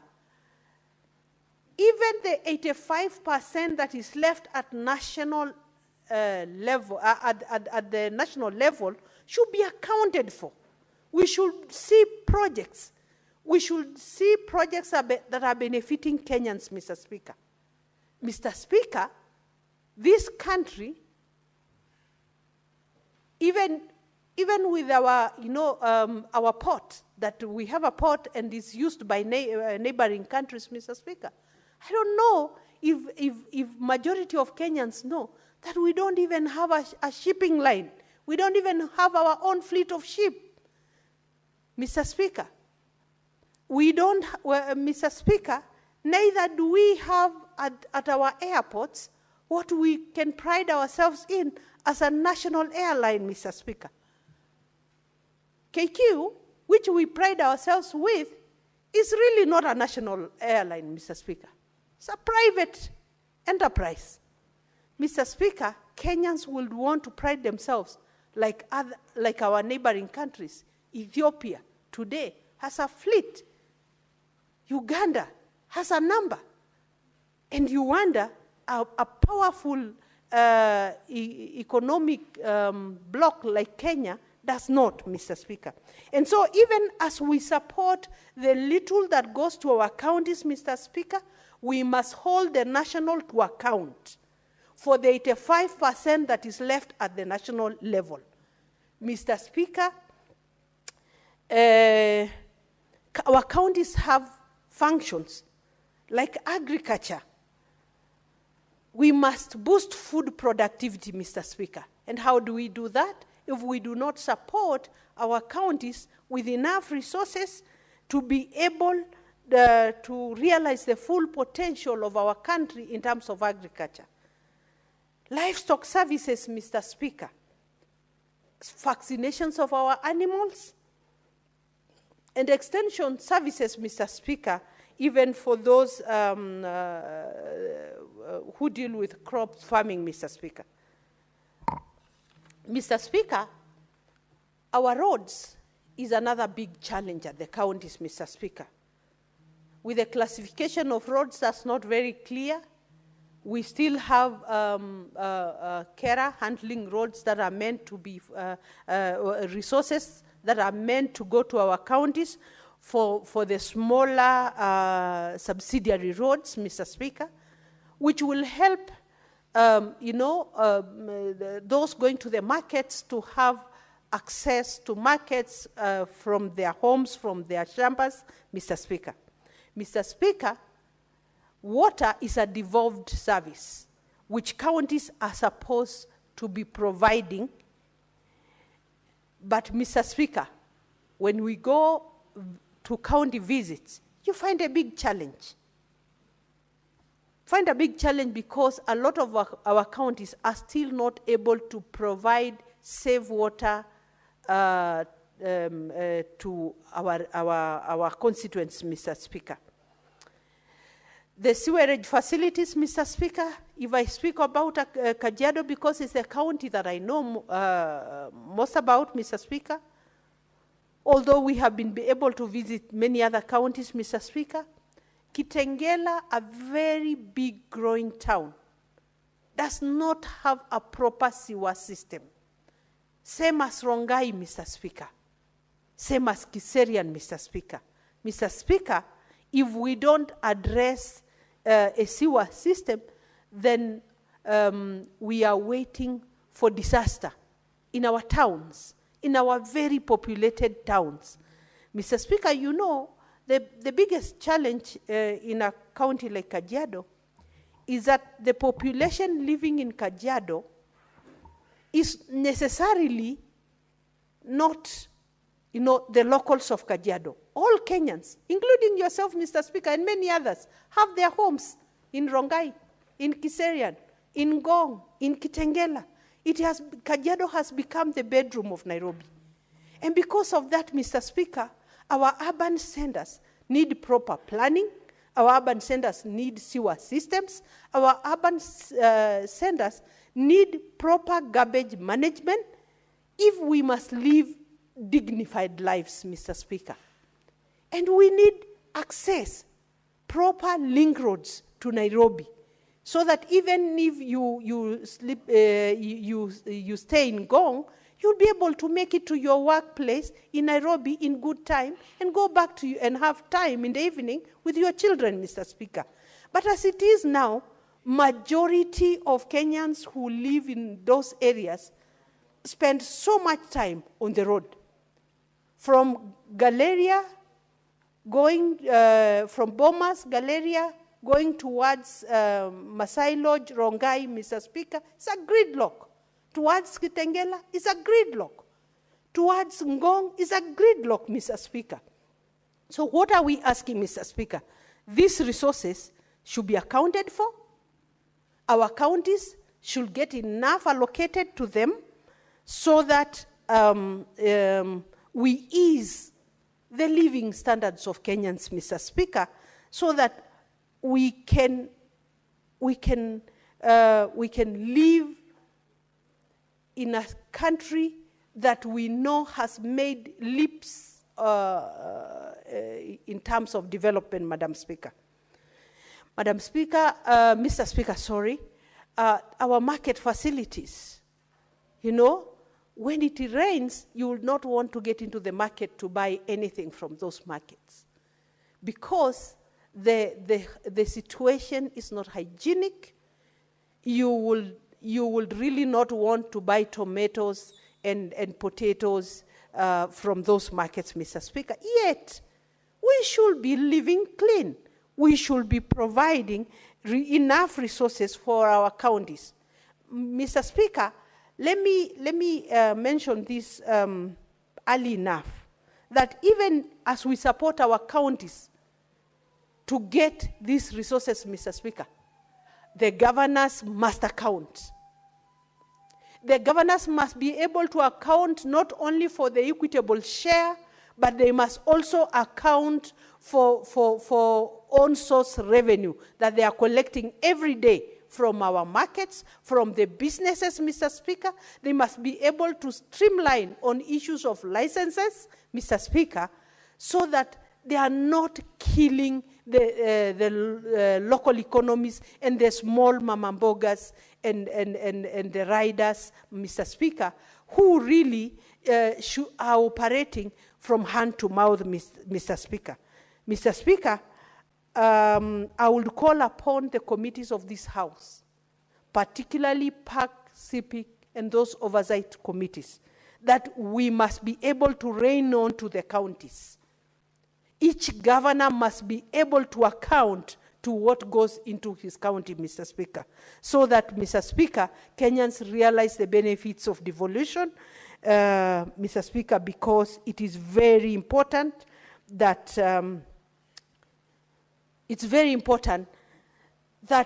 devolution works, Mr. Speaker. Mr. Speaker, I have been seeing UHC workers every day, daily demonstrating outside this House, Mr. Speaker. And now you wonder, where do they belong? The counties are not owning them, the national government is not owning them, Mr. Speaker. Mr. Speaker, this House should rise to the occasion and address that issue, because the issue of health is under our docket, Mr. Speaker, in terms of oversight, and we must come out to help those Kenyans, Mr. Speaker. Mr. Speaker, I support this bill, Mr. Speaker, and really urge that we fast track in terms of the last audited accounts, so that we are depending on the 2023-2024 accounts instead of 2020-2021. Thank you, Mr. Speaker. Thank you, Senator Ferris. Senator Manso, you can address the House from the dispatch. Yeah. Thank you, Mr. Speaker. Mr. Speaker, since devolution started, I have divided this bill every year. First, it used to start at the National Assembly, and I have seen this time around it is signed by the chairperson in charge of liaison, the Honorable Gladys Boss. And after the National Assembly debates it, then it comes to the Senate.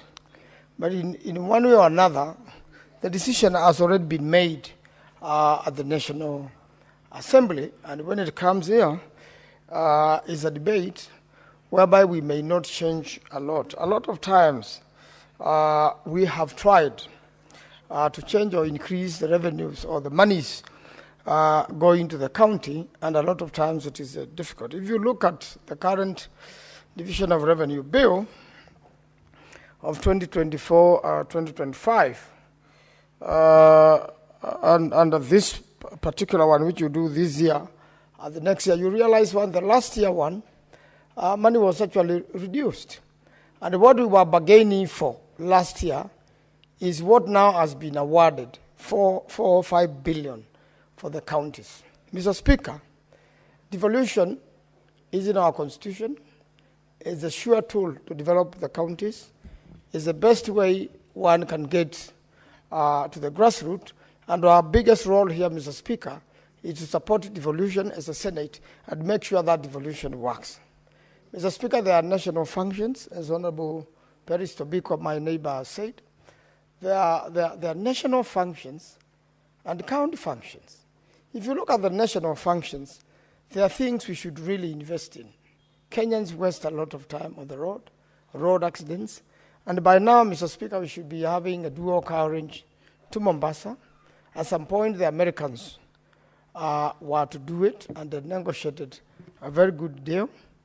And we also expect a dual carriage to Western Kenya, so that goods and services can move very fast from our port to the ports in Lake Victoria and to Uganda and other countries which are served by our ports in Mombasa, and also the proposed corridor through Isiolo, even the airport in Isiolo, which has become, a white elephant, Mr. Speaker, bearing in mind that the construction ended up in some problem, and we never got value for money in terms of the airport in Isiolo. So, Mr. Speaker, when you look at the national functions vis-a-vis the counties, they are intertwined. And it is very important, Mr. Speaker, that we develop the country and all the taxes we collect from Kenyans, Mr. Speaker, goes into good use. And Kenyans will be more than happy to pay taxes but see the job be done. I doubt whether you will find any protest when the job is being done as it's supposed to be. So, Mr. Speaker, when you look at the totality of the monies of the national government, and just like recently my committee was in Arusha, Mr. Speaker, and we wasted about 2 hours at Kitengela, and now I wish that we could have a bypass there or even an expressway. For those who are not going into Kitengela town, could easily connect to these roads which comes all the way from South Africa to, from Cape Town to Egypt, to Cairo. You will imagine somebody traveling that way, and when they get to Kenya, you are stuck in the traffic, you are held up there, services and goods held up there, a stream of lorries, and therefore we need to see these monies get into good use. Mr. Speaker, when you come to the counties, the feeder roads are done by the county governments. And the county governments, the monies have been delayed. In Makueni and all other counties, monies have delayed for, Mr. Speaker, for 2-3 months. And every time you delay, the cost of the delay is very high for all the counties and for the government at large. And therefore, Mr. Speaker, this is something, as a Senate, we should look at and make sure that there's enough pressure to make sure that monies reach the counties at the good time, so that when it comes to salaries, they are paid on time and the counties don't have to report into